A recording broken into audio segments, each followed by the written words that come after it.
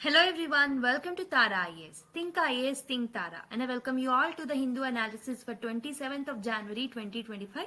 Let's have an analysis of important articles from today's newspaper. So let's start the video without any further delay.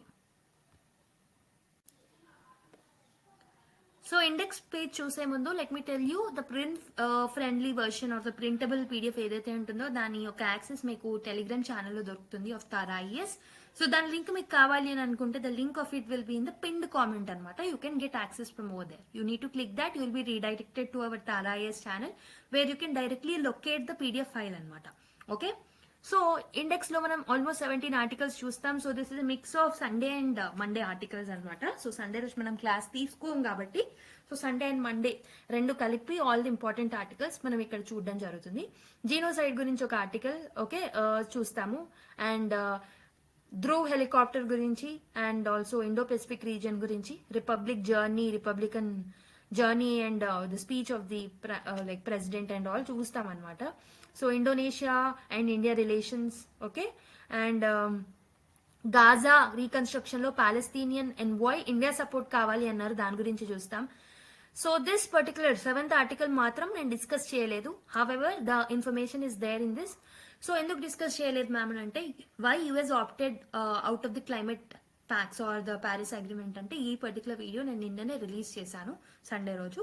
You can watch that video in order to have a clear understanding. Around 40 minutes ఉంటుంది, but 1.25 speed లో పెట్టుకొని వినేసేయండి. Definitely మీకు concept అనేది అర్థమవుతుంది.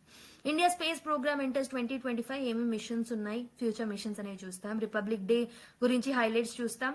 Should governance head state universities అనే ఒక దాన్ని analyse చేస్తాం. యూనివర్సల్ హెల్త్ కేర్ కవరేజ్ గురించి చూస్తాం, and also Trump early decrease signal, what does it signal అని చూస్తాం. టీబీ డెత్స్ అనేది న్యూట్రిషనల్ సపోర్ట్ తో తగ్గించవచ్చు అని ఒక స్టడీ వచ్చింది, దాని గురించి చూస్తాం. Nano urea reduced grain yield study, and 7 okay Padma Vibhushan and 19 named after Padma Bhushan అని ఆర్టికల్స్ రావడం జరిగింది. సో మిగతావి కూడా మనం చూస్తాం. ఆల్మోస్ట్ 16 to 17 ఆర్టికల్స్ మనం ఈ క్లాస్ లో డీల్ చేసుకోబోతున్నాం. ఓకే, మీకు పీడిఎఫ్ యాక్సెస్ కావాలి అంటే you can get through the Telegram channel. Okay, now without any further delay let's start the video. So let us look at the first article.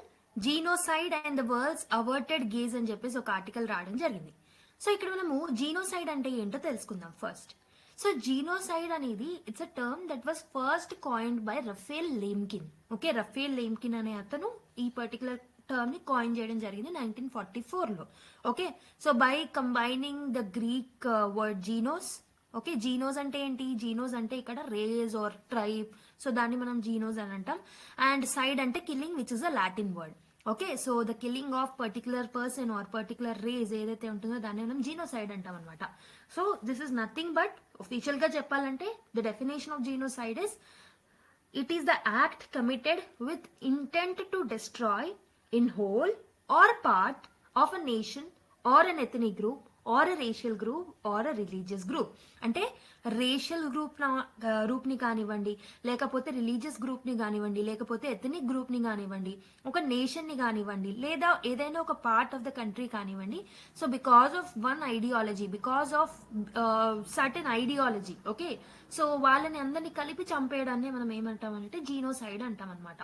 అయితే the Holocaust which took place in 1941 to 1945 మధ్యలో ఏదైతే జరిగిందో during the world war II, so this is the most infamous example of the genocide అని చెప్పొచ్చు అనమాట. Okay, so this particular Holocaust ఏదైతే ఉంటుందో this not only shocked the world but also laid the ground work for the global efforts to prevent such atrocities again in the future. Okay, అసలు ఎందుకు జరిగింది ఇదంతా అని అంటే సో నాజీ ఐడియాలజీ వల్ల. So ఈ హోలోకాస్ట్ ఏదైతే ఉంటుందో this was driven by the Nazi ideology of the Hitler. Okay, Adolf Hitler యొక్క నాజీ ఐడియాలజీ వల్ల ఇది రావడం జరిగిందనమాట, ఇది జరగడం జరిగిందనమాట. ఓకే, ఇదేం చేసింది? This particular ideology has propagated the Aryan supremacy. Okay, so Aryan సుప్రీమసీని అడ్వకేట్ చేయడం జరిగింది and also anti semitism. Okay, కాబట్టి ఇక్కడ ఏమైందంటే జ్యూస్ ఎవరైతే ఉంటారో, రోమా ఎవరైతే ఉంటారో, డిజబుల్డ్ ఇండివిజువల్స్ ఎవరైతే ఉంటారో, ద పొలిటికల్ ఒపినియన్స్ ఎవరైతే ఉంటారో వీళ్ళని టార్గెట్ చేస్తూ as the treat only non Aryans as the supreme people. So మిగతా వాళ్ళు ఎవరైతే ఉన్నారో like Jews, disabled individuals and also political opponents, వీళ్ళందరినీ టార్గెట్ చేయడం జరిగిందనమాట. వాళ్ళందరినీ ఎక్స్టర్మినేట్ చేయడం జరిగిందనమాట. Okay, so there was something called as Auschwitz. Auschwitz అంటే ఏంటి? This is a concentration camp అన్నమాట. సో ఇది ఎక్కడ లొకేట్ అయి ఉంటుంది ఆష్విట్స్ అనేది అని అంటే, it is located in Nazi occupied Poland. So Nazi people Poland ని ఆక్యుపై చేసుకొని పోలాండ్ లో ఈ పర్టికులర్ కాన్సన్ట్రేషన్ క్యాంప్ ని ఓకే స్టార్ట్ చేయడం జరిగిందనమాట. ఓకే, ఈ విక్టిమ్స్ ఎవరైతే ఉన్నారో జూస్ కానీ మిగతా వాళ్ళు, disabled people, the political opponents, వీళ్ళందరినీ ఏం చేశారు అంటే these victims were deported from across the Europe లో ఎక్కడెక్కడ వీళ్ళు ఉన్నారో వాళ్ళందరినీ ఓకే కలెక్ట్ చేసుకొని వాళ్ళందరినీ ఓకే కనుక్కొని they were subjected to unimaginable atrocities అనమాట ఈ హోలోకాస్ట్ లో.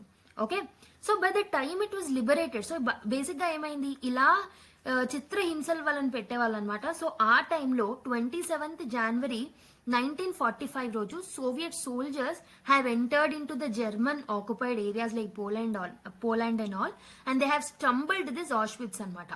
ఓకే, సో విక్టిమ్స్ ని యూరోప్ నుంచి మిగతా కాంటినెంట్స్ నుంచి తీసుకొచ్చి ఈ పోలాండ్ లో ఈ కాన్సన్ట్రేషన్ క్యాంప్ లో వాళ్ళని అట్రాసిటీస్ కి గురి చేయడం వల్ల, so by that time it was liberated by the Soviet troops in the 1945 on 27 January. So ఈ సోవియట్ సోల్జర్స్ అక్కడికి వెళ్ళినప్పుడు what they have found is 1.1 million people have bin killed there అని వాళ్ళు ఫైండ్ అవుట్ చేయడం జరిగింది అనమాట. ఈ particular Auschwitz or concentration camp లో 1.1 million పీపుల్ అంటే ఎంత, 11 lakh పీపుల్ ఇక్కడ చనిపోవడం వాళ్ళు గమనించారనమాట.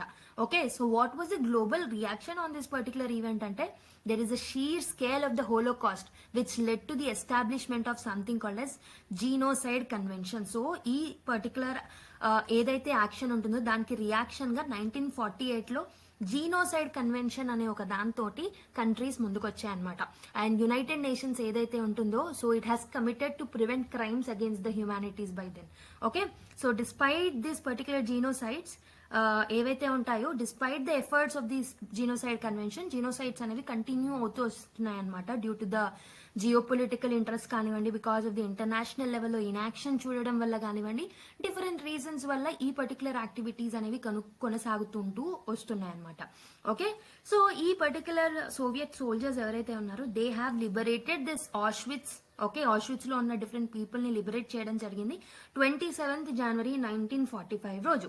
Okay, and they have discovered evidence of systemic killings. ఇక్కడ ఏమేమి ఫైండ్ అవుట్ చేశారు, 1.1 million చనిపోవడం చూశారు. అండ్ ఆల్సో దాంతో పాటు ఈ పర్టికులర్ పీపుల్ ఎవరైతే ఈ ఆష్విట్స్ క్యాంప్స్ లో ఓకే ఉన్న వాళ్ళు ఎవరైతే ఉంటారో వాళ్ళు ఎందుకు చనిపోయారు అంటే, because of the gas chambers that are there. Lot of human remains ని చూడడం జరిగింది Soviet soldiers. And also they have seen the survivors who are suffering from extreme malnourishment also. Okay, this has showcased the horrifying scale of the Holocaust to the world. So world ki inta horrifying incidents అనేవి కనబడ్డాయి అన్నమాట. Okay, so దాని తర్వాత ఏం చేసాము, we have come up with something called as global pledge. Global లెవెల్లో pledge చేయడం జరిగింది. That is nothing but never again అనే ఒక స్లోగన్ తో గ్లోబల్ లెవెల్లో ప్లెడ్జ్ చేయడం జరిగింది post world war 2. Okay, the international community has vowed never to allow such atrocities again. Okay, so దీనికోసం న్యూరెన్బర్గ్ ట్రయల్స్ అనేవి కండక్ట్ చేయడం జరిగింది which has prosecuted the Nazi leaders and they have set a precedent for accountability for crimes against the humanity. So ఈ particular incident ఏదైతే ఉంటుందో this is a lesson for humanity అనమాట. ఈ Holocaust ఏదైతే ఉంటుందో this symbolises the dangers of unchecked hate. ఒకవేళ hate ప్రొపగెండాస్ ని, అథారిటేరియనిజమ్స్ ని, ఇవన్నిటిని ప్రాపర్ గా చెక్ చేయకపోతే అవి ఎలాంటి వాటికి, ఎలాంటి జీనోసైడ్స్ కి, హోలోకాస్ట్ లకి దారి తీస్తాయి అనే దానికి ఈ particular example is the right one. Okay, so this also showcases the failure of the global systems to protect the vulnerable populations of the countries. Okay, so if you look at the genocide beyond the Holocaust, ఈ particular incident గురించే కాకుండా మిగతావి మీరు ఒకసారి observe చేస్తే, if you look at the genocide outside of this Holocaust event, so మనకి despite the pledge of never again అని ఒక ప్లెడ్జ్ చేసినప్పటికీ సో జీనోసైడ్స్ అనేవి కంటిన్యూ అవుతూ వచ్చాయని చెప్పాను. So we have seen genocide in Rwanda. Okay, Rwanda ఏరియాలో we have seen the genocide అనమాట. ఏ సంవత్సరంలో చూసాము, 1994 ఆ టైంలో రువాండాలో మనము జీనోసైడ్స్ ని చూడడం జరిగిందనమాట. సో అక్కడ ఆల్మోస్ట్ 8 lakh మోడరేట్ హుటూస్ ఎవరైతే ఉన్నారో వాళ్ళని మెసకేజ్ చేయడం జరిగిందనమాట జస్ట్ 100 days లో because of the ethnic hatred. Okay, దీని తర్వాత ఈ రువాండాలో జరిగిన 1994 ఈవెంట్ తర్వాత కూడా international community including the United nations, so they have failed to intervene effectively. So దీంట్లో ఈ పర్టికులర్ ఈవెంట్ ని స్టాప్ చేయడంలో వాళ్ళు ఫెయిల్యూర్ అయ్యారని చెప్పొచ్చు అనమాట. అండ్ ఆల్సో 2003 నుంచి ఇప్పటి వరకు మనం చూసుకుంటే from 2003 till present millions of non Arabs ఎవరైతే ఉన్నారో, నాన్ అరబ్ కమ్యూనిటీస్ ఎవరైతే ఉన్నారో, they have been killed due to the government backed ethnic violence. So a lot of political parties throughout the world are supporting these kind of activities against the non Arabs. So ఇప్పటికీ కూడా మనం non Arabs మీద genocide activities ని చూస్తూ వస్తున్నాం. And also if you look at the efforts of the international criminal court, okay, to hold this particular perpetrators accountable have faced resistance. So ICC దాని power ని okay implement చేసే టైంలో కూడా it has faced resistance అనమాట. Okay, so modern day conflicts ఎక్కడెక్కడ చూస్తున్నాం? According to writer we have seen lot of conflicts in modern world, like గాజాలో కానివ్వండి, యుక్రెయిన్ లో కానివ్వండి. సో ఈ ఏరియాస్ లో ఇప్పుడు కూడా మనం ఈ కాన్ఫ్లిక్ట్స్, ఈ జీనోసైడ్స్ ని చూస్తున్నాం, a kind of genocides. So right, these conflicts highlight ongoing indifferences, ongoing geopolitical interest. Okay, so humanitarian concerns కన్నా ఎక్కువగా so what is outweighing is the geo political interest అనమాట. Refugee crisis చూస్తున్నాం, displacement చూస్తున్నాం, civilian casualties చూస్తున్నాం. So these all are remaining the major challenges. Okay, so if you look at the ethical and the political dimension of this particular problem, so why does genocide keep happening? అసలు ఎందుకు genocide అనేది continue అవుతూ వస్తుంది? Why genocide is continuing to be happen అంటే global power politics వల్ల, global లెవెల్లో power politics ఏవైతే ఉన్నాయో దాని వల్ల. So this has often let countries prioritising the strategic interest over the humanitarian concerns. Humanitarian interventions కన్నా స్ట్రాటజిక్ కన్సర్న్స్ మీద ఎక్కువగా దృష్టి పెట్టడం వల్ల ఇలాంటివి కంటిన్యూ అవుతున్నాయి. అండ్ ఆల్సో ఇంటర్నేషనల్ మెకానిజమ్స్ తో మనం ఏవైతే ముందుకు వచ్చామో ఇవి చాలా వీక్ గా ఉండడం వల్ల కూడా ఈ జీనోసైడ్స్ కంటిన్యూ అవుతున్నాయి. సో యుఎన్ లాంటి ఇన్స్టిట్యూషన్స్ ఏవైతే ఉన్నాయో దీంట్లో వీటో పవర్స్ లాంటివి ఉండడం వల్ల సో అవి మల్టీలాటరల్ ఆర్గనైజేషన్స్ అయినప్పటికీ యూనిలాటరలిజం అనే ఐడియాలజీతో అవి ముందుకు సాగుతున్నాయి అనమాట. Okay, so because of that also it is continue. So what are the ethical lessons that we can learn from this article? One is justice and accountability. So mechanisms like ICC, like International Criminal Court ఏవైతే ఉన్నాయో, and responsibility to protect the humanity, the humanitarian crisis ఏదైతే ఉంటుందో దాని నుంచి people ని protect చేయడానికి ICC లాంటి body should be accountable and they have to provide the justice అనమాట. And they have to have the moral responsibility. So leaders and nations must act decisively in order to prevent the atrocities even at the cost of political interest. Okay, so what is the need for action? ఏం చేస్తే బాగుంటుంది? So we can learn from the history. So historical incidents ఏవైతే ఉన్నాయో like that of the Holocaust in Poland and other genocides which we have seen in the Rwanda and all. So ఇవన్నీ ఏం చెప్తున్నాయి? Early intervention అనేది అవసరం, robust international systems అనేవి అవసరం in order to prevent the atrocities. And also leadership will also have a greater role. Okay, ethical governance requires the leaders to prioritize the human rights, justice, global solidarities. ఇవన్నిటిని highlight చేయాలి rather than the narrow political gains. And also global solidarity అనేది కూడా అవసరం అన్నమాట మనకి. Okay, so nations must work together to strengthen the international law, and also we have to support the humanitarian missions. Okay, we have to provide aid to the victims of the conflicts. Okay, I hope you have understood. So ఈ liberation of Auschwitz ఏదైతే ఉంటుందో 1945 లో by the Soviet leaders, it has expose the horrors of genocide కాబట్టి so it showcases that humanity should be in the forefront. Okay, however subsequent genocides కూడా continue అవ్వడం వల్ల like in the areas of Rwanda, Darfur and all, so this reveal that ఇప్పటికీ కూడా మనకి genocides అనేవి అక్కరవుతున్నాయి. So we need a peaceful world, we need the ethical leaders in order to solve this issues. So this is what is mention in this article. ఒక్కసారి త్వరగా glance చేసేస్తాను. I hope మీకు context of the article, what is there in the article మీకు అర్థమైందని అనుకుంటున్నా. Okay, so liberation of Auschwitz which is a concentration camp on January 27, 1945 revealed the horrors of the genocide under the Nazi Germany. And ఇందులో 1.1 million people, mostly juice ఎవరైతే ఉంటారో వాళ్ళని systemic గా exterminate చేయడం జరిగిందని చెప్పాను. And also the discovery of emaciated prisoners, piles of belongings, and industrial killing equipment expose the efficiency and brutality of the Holocaust. Okay, Holocaust లో ఇవన్నీ వాళ్ళు ఫైండ్ అవుట్ చేయడం జరిగింది ఈ Soviet leaders. And genocide convention ని తీసుకొచ్చాము ఇలాంటివి మళ్ళీ కాకుండా. United Nation define genocides as acts committed with the intent to destroy in whole or in a part a national, ethnic, racial or a religious group. So ఈ particular dimension లో అయినా genocides అనేవి అవుతాయి అనమాట. So it became the first international legal instrument to recognise and codify something called as genocide. So genocide convention తోని మనం ముందుకు వచ్చాం, దాంట్లో మనం డిఫైన్ చేసాం జీనోసైడ్ అంటే ఏంటో. So the convention aimed to ensure prevention and punishment for such acts. Each early failures to respond. For example 1938లో ఎవియన్ కాన్ఫరెన్స్ అనేది జరిగింది, which has failed to address the plight of Jewish refugees fleeing the Nazi persecution. So ఈ conference has been failed అనమాట. So it was not providing any justice. Next Bermuda conference జరిగింది 1943లో. US and UK ఏవైతే ఉన్నాయో, so they decline to commit to the rescuing the Jewish victims. So world war 2 తర్వాత, during the world war 2 కానివ్వండి, so వాళ్ళని rescue చేయడంలో ఇలాంటి countries కూడా ఫెయిల్ అయ్యాయి అనమాట. Okay, so and also if you look at the ethical foundation, so what we have to see is human dignity and rights. Genocides అనేవి they are directly violating something called as intrinsic dignity of the individuals and the rights of the individuals, okay, which are the basic human values, universal human values అవి. Right to life, Liberty, security, ఇవన్నీ కూడా threaten అవుతున్నాయి అనమాట. So the Holocaust కానివ్వండి, తర్వాత జరిగిన subsequent Rwanda genocide కానివ్వండి, మిగతావి కానివ్వండి. So this reflects the complete disregard of the fundamental values of the people, fundamental rights to the people, and there should be a moral responsibility. Okay, so ethical principles ఏవైతే ఉన్నాయో they have to dictate that individuals, societies and also the states. So ఇవన్నీ ఏం చెప్తున్నాయి, ethical principles are saying that we have to protect the vulnerable and we have to uphold the justice. Okay, so ఇనాక్షన్ are ఎపథీ ఏదైతే ఉంటుందో, even as atrocities unfold, it represents moral negligence. So for example మన కంట్రీలో అంతా సాఫీగా జరిగిపోతుంది, పక్క కంట్రీలో ఏమైనా పర్లేదు, మనం రియాక్ట్ అవ్వకుండా ఉంటే అది మనకి ఏమవుతుంది, it will lead to the moral negligence అనమాట. We have to react on the events which are against the humanities. Okay, social contract, philosophers like Hobbes and Locke ఎవరైతే ఉంటారో they have argued that societies అనేవి వాళ్ళకి social contract థియరీతో వాళ్ళు ముందుకు వెళ్తారు. So they need to ensure the safety, they need to ensure the justice. Genocides ఏవైతే ఉన్నాయో, so this will actually collapse the ఈ కాంట్రాక్ట్, సోషల్ కాంట్రాక్ట్ ఏదైతే సొసైటీలో బిల్డప్ అయి ఉందో అది కొలాప్స్ అవుతుంది if the activities like genocides are happening. Okay, leaving the individuals at the mercy of oppressors. Okay, ethical challenges ఏమున్నాయి, apathy and indifference. apathy అంటే non reaction అనమాట.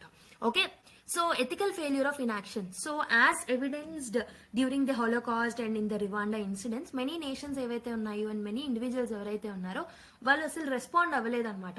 వాళ్ళ ఓన్ ఇంట్రెస్ట్ ని ప్రయారిటైజ్ చేసుకున్నారు over the moral obligations. So ethical theorist Hannah Arendt ఏమంటున్నారంటే, that particular person has described that as the banality of the evil, ordinary people becoming complicit through inaction or bureaucratic detachment. So detachment ఉండడం వల్ల లేకపోతే inaction ఉండడం వల్ల normal people are going to suffer అని చెప్పేసి చెప్పడం జరిగిందనమాట. So if you look at the global selectivity, the international focus on some crises like example Ukraine, while neglecting some crises like Gaza and Rohingya, reflects the ethical failure of impartiality. So ikkada మనం impartiality గా ఉన్నాం. We are not universal in moral action. So మనం ప్రతి కంట్రీకి equal గా react అవ్వాలి కదా. So whether it is a smaller country, whether it is a poor country, whether it is a rich country, whether it is a big country. Okay, అందరికీ ఒక కంట్రీలో మనకి హ్యుమానిటీ క్రైసిస్ వస్తున్నాయనంటే we have to equally react అనమాట. Okay, hate and dehumanisation. So what is the root cause of genocide అంటే hate speech, stereotypes and also propaganda dehumanise the groups. Okay, the propaganda that we have to dehumanise the groups. So దీని వల్ల mass violence అనేది పెరుగుతుంది అనమాట.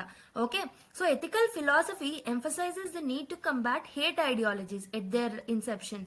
So hate ideologies ని ముందుగానే మనం తగ్గించడానికి ట్రై చేయాలి in order to prevent the moral erosion in the society. So ethics of intervention. So అసలు ఏమేమి ఎథికల్ ఇంటర్వెన్షన్స్ అనేవి ఇంపార్టెంట్ అంటే, so what we have to look at is, so there is an ethical dilemma of sovereignty versus humanitarian responsibility అనమాట. So ఈ ethical dilemma ఏదైతే ఉంటుందో, this arised when intervention in a sovereign nation. Okay, so ఏంటంటే బేసిక్గా ఏదైనా like రువాండాలో సుడాన్లో humanitarian crisis వస్తుంది అని అంటే so what will think that is their sovereign issue అని మనము అనుకుంటూ ఉంటాం. We will actually think of not interfering in to the sovereign issues of other countries. But sovereignty కన్నా ఎక్కువగా human responsibility is more important. Okay, so responsibility to protect asserts the moral obligation to intervene. So definitely if the country has a responsibility to protect humans all around the world, definitely will intervene and will protect them. Okay, so prioritization of national interest. So nation often weigh moral obligation against the national interest. So other political dilemma is or other ethical dilemma is nation versus humanitarian approach. So ఈ particular issue అనేది కూడా మనకు వస్తుంది. But sometimes nation యొక్క ideologies అనేది they are outweighing what is called as humanity అనమాట. But so మనకి so beyond the boundaries humanitarian crisis ఎక్కడ వచ్చినా we have to react according to ethical principles. Okay, so there are some ethical failures of the existing global institutions to tackle acts like Holocaust and genocide. UN and international justice system ఏదైతే ఉంటుందో, United nation ఏదైతే ఉంటుందో, which was established to uphold peace and prevent atrocities, yet దాని యొక్క role అనేది proper గా లేదనమాట, especially in the areas like Rwanda. Okay, మిగతా జీనోసైడ్ యాక్టివిటీస్ ఏవైతే ఉన్నాయో వాటిల్లో ప్రాపర్ గా ఇంటర్ఫియర్ అవ్వలేదు, ప్రాపర్ గా పీస్ ని మెయింటైన్ చేయలేకపోయారు అనమాట. ICC and other bodies often lack enforcement powers. So international criminal court judgement ఇచ్చినా కానీ ఎన్ఫోర్స్మెంట్ పవర్స్ దాని దగ్గర లేవు. దీనివల్ల they are leaving the victims without justice. Okay, so కాబట్టి ఈ విక్టిమ్స్ మీద ఈ పర్పట్రేటర్స్ ఎవరైతే ఉంటారో they will actually aware the accountability అనమాట. Moral inequality. Selective focus of international institutions on certain crises influenced by geopolitics create a hierarchy of suffering. So ఇదేమవుతుంది, so ఇప్పుడు మనం రష్యా యుక్రెయిన్ వార్లో ఎక్కువగా ఇంటర్వ్యూన్ అవుతాం, అదే మనకి గాజా అండ్ మిగతా areas లో వచ్చేసరికి తక్కువగా రియాక్ట్ అవుతున్నాం. Why? We are prioritising something called as what is important to us. So ఈ ఏరియా మనకి ఎక్కువ ఇంపార్టెంట్ కాబట్టి ఆ ఏరియాలో మనం ఇన్వాల్వ్ అవ్వాలి. ఈ ఐడియాలజీతో మనం వెళ్ళడం అనేది అనెథికల్ అనమాట. Okay, so this is called a moral inequality. Accountability and complicity. Bureaucratic systems ఏవైతే ఉన్నాయో they as seen in the Holocaust enabled mass killings through logistical support like transportation camps ఏవైతే ఉంటాయో దాని ద్వారా ఈ హోలోకాస్ట్ యాక్టివిటీస్ ని చేస్తున్నారు అనమాట. Okay, ethical governance requires institution to prioritise the human values over the procedural neutrality. So మనం హ్యుమానిటీని హ్యూమన్ వాల్యూస్ ని ప్రయారిటైజ్ చేయాలి rather than our responsibilities. Okay, our primary responsibility is to be human అనమాట. Ethical consequences of genocide ఏముంటాయి, genocides వల్ల what will be the ethical consequences అంటే humanity అనేది erode అవుతుంది. So justice will get delayed, justice will get denied. Okay, so it will actually leave the survivors with the moral responsibility. So ఇలా different ethical issues అనేవి మొదలవుతాయి అనమాట. So what are the ethical imperatives for the future? What we have to learn from the historical acts అంటే we have to promote the global justice. Institutions like ICC, UN ఏవైతే ఉన్నాయో we have to reform them, we have to strengthen up them. So ICC లాంటి bodies కి we have to give the power to enforce the judgments that they gave. Okay, moral consideration should outweigh something called as political ideology. So we have to build a culture of empathy. Empathyని మనము promote చేయాలి. We have to teach others to how they have to put their legs in other shoes. Okay, so we have to educate and do the awareness campaigns, grassroots movements. So civil society organizations ని కూడా మనం involve చేసుకొని we have to actually inculcate the ideologies like empathy, inclusion and all. And we have to foster individual responsibility also. Citizens ఎవరైతే ఉన్నారో citizens వాళ్ళకి స్వతహాగా hate speech లాంటివి, discrimination లాంటివి, డీహ్యూమనైజేషన్ లాంటివన్నిటిని ఛాలెంజ్ చేయాలన్నమాట in there communities. Ethical leadership is also much needed. Okay, so if you look at what is the universal application of responsibility to protect, so moving beyond the selective interventions to uphold the principle of equality in moral responsibility. So ఇది ఏం చెప్తుంది, responsibility protect అనే ఈ application ఏం చెప్తుంది అని అంటే so we have to go beyond the selective interventions. కొన్ని ఏరియాస్లోనే ఇన్వాల్వ్ అవ్వడం, ఇంకొన్ని ఏరియాస్లో ఇన్వాల్వ్ అవ్వకపోవడం అలా కాకుండా ఎక్కడైతే హ్యుమానిటేరియన్ క్రైసిస్ అనేది మనం చూస్తున్నామో అక్కడ వెంటనే మనం ఇంటర్వ్యూన్ అయ్యి we have to work for the moral responsibility అనమాట. It's our moral responsibility to react for the humanitarian crisis. You have to establish the legal frameworks to prioritize the humanitarian action. Okay. And early warning systems and preventions are also much needed. We have to come up with the mechanisms, detailed mechanisms తో రావాలన్నమాట. Hate crimes, జీనోసైడ్స్ అనేది జరగబోతున్నాయి అని అనిపించినప్పుడే we have to give the early signs. Okay, ఎలా అయితే disaster కి మనము ఎర్లీ వార్నింగ్ సిస్టమ్స్ ని డెవలప్ చేసామో అలానే ఇక్కడ కూడా మనము ఎర్లీ వార్నింగ్ సిస్టమ్స్ తో ముందుకు రావాలన్నమాట. And also international cooperation has to focus on preventive measures rather than the reactive responses. Okay, so what should be the case studies? So different case studies చూసుకుంటే యజీదీ genocide by ISIS 2014 నుంచి 2017 మధ్యలో జరిగింది. So ISIS ఏదైతే ఉంటుందో ఈ minority people, Iraq లో ఉన్న ఈ మైనారిటీ పీపుల్ ని టార్గెట్ చేసి థౌజండ్స్ ఆఫ్ పీపుల్ ని కిల్ చేసింది అనమాట, వాళ్ళని ఎన్స్లీవ్ చేసింది అనమాట, especially the women and girls. Okay, it is estimated that 5,000 minorities were killed and 6,000 women were subjected to sexual violence and slavery. Okay, international response ఏముంది మరి ఈ పర్టికులర్ ఇన్సిడెంట్ కి అని అంటే, so UN recognised these acts as the genocide అనమాట. But global action అనేది చాలా limited గా మనం చూడడం జరిగింది. సర్వైవర్స్ కూడా they did not get any justice. Okay, వాళ్ళ ఇంజస్టిసెస్ ఏవైతే ఉన్నాయో అలానే ఉండిపోయాయి అనమాట. So what are the lessons that we have to learn from these activities అంటే, justice for non state actors like ISIS remains challenging అనమాట. Against ISIS ఏదైనా judgements మనం తీసుకురావాలంటే it has been becoming a challenge. Victims అనే వాళ్ళు long term marginalisation ని face చేస్తున్నారు because of these activities. Okay, so అందుకే మనకి ఎథికల్ లీడర్షిప్ అనేది మనకు అవసరం అనమాట. So based on the discussion that you have made, please try to solve this UPSC mains question. The reoccurrence of the genocides, despite the pledge of never again, is an ethical failure of humanity. Discuss the ethical challenges faced by the individuals, nations, and international organizations in preventing and addressing genocide. Suggest solutions to overcome these challenges. So, మనం ఏదైతే discussion లో భాగంగా నేర్చుకున్నామో వాటి మీద మీకు ఒక question frame చేసి ఇవ్వడం జరిగింది. Try to attend this particular question. Okay. So let's look at another article. A checklist for the Dhruv helicopter investigation అని చెప్పేసి ఒక ఆర్టికల్ రావడం జరిగింది. First of all let's see, incident కన్నా ముందు let's see what is Dhruv. Dhruv అనేది it's advanced light helicopter అనమాట. Okay, so this is an advanced light helicopter.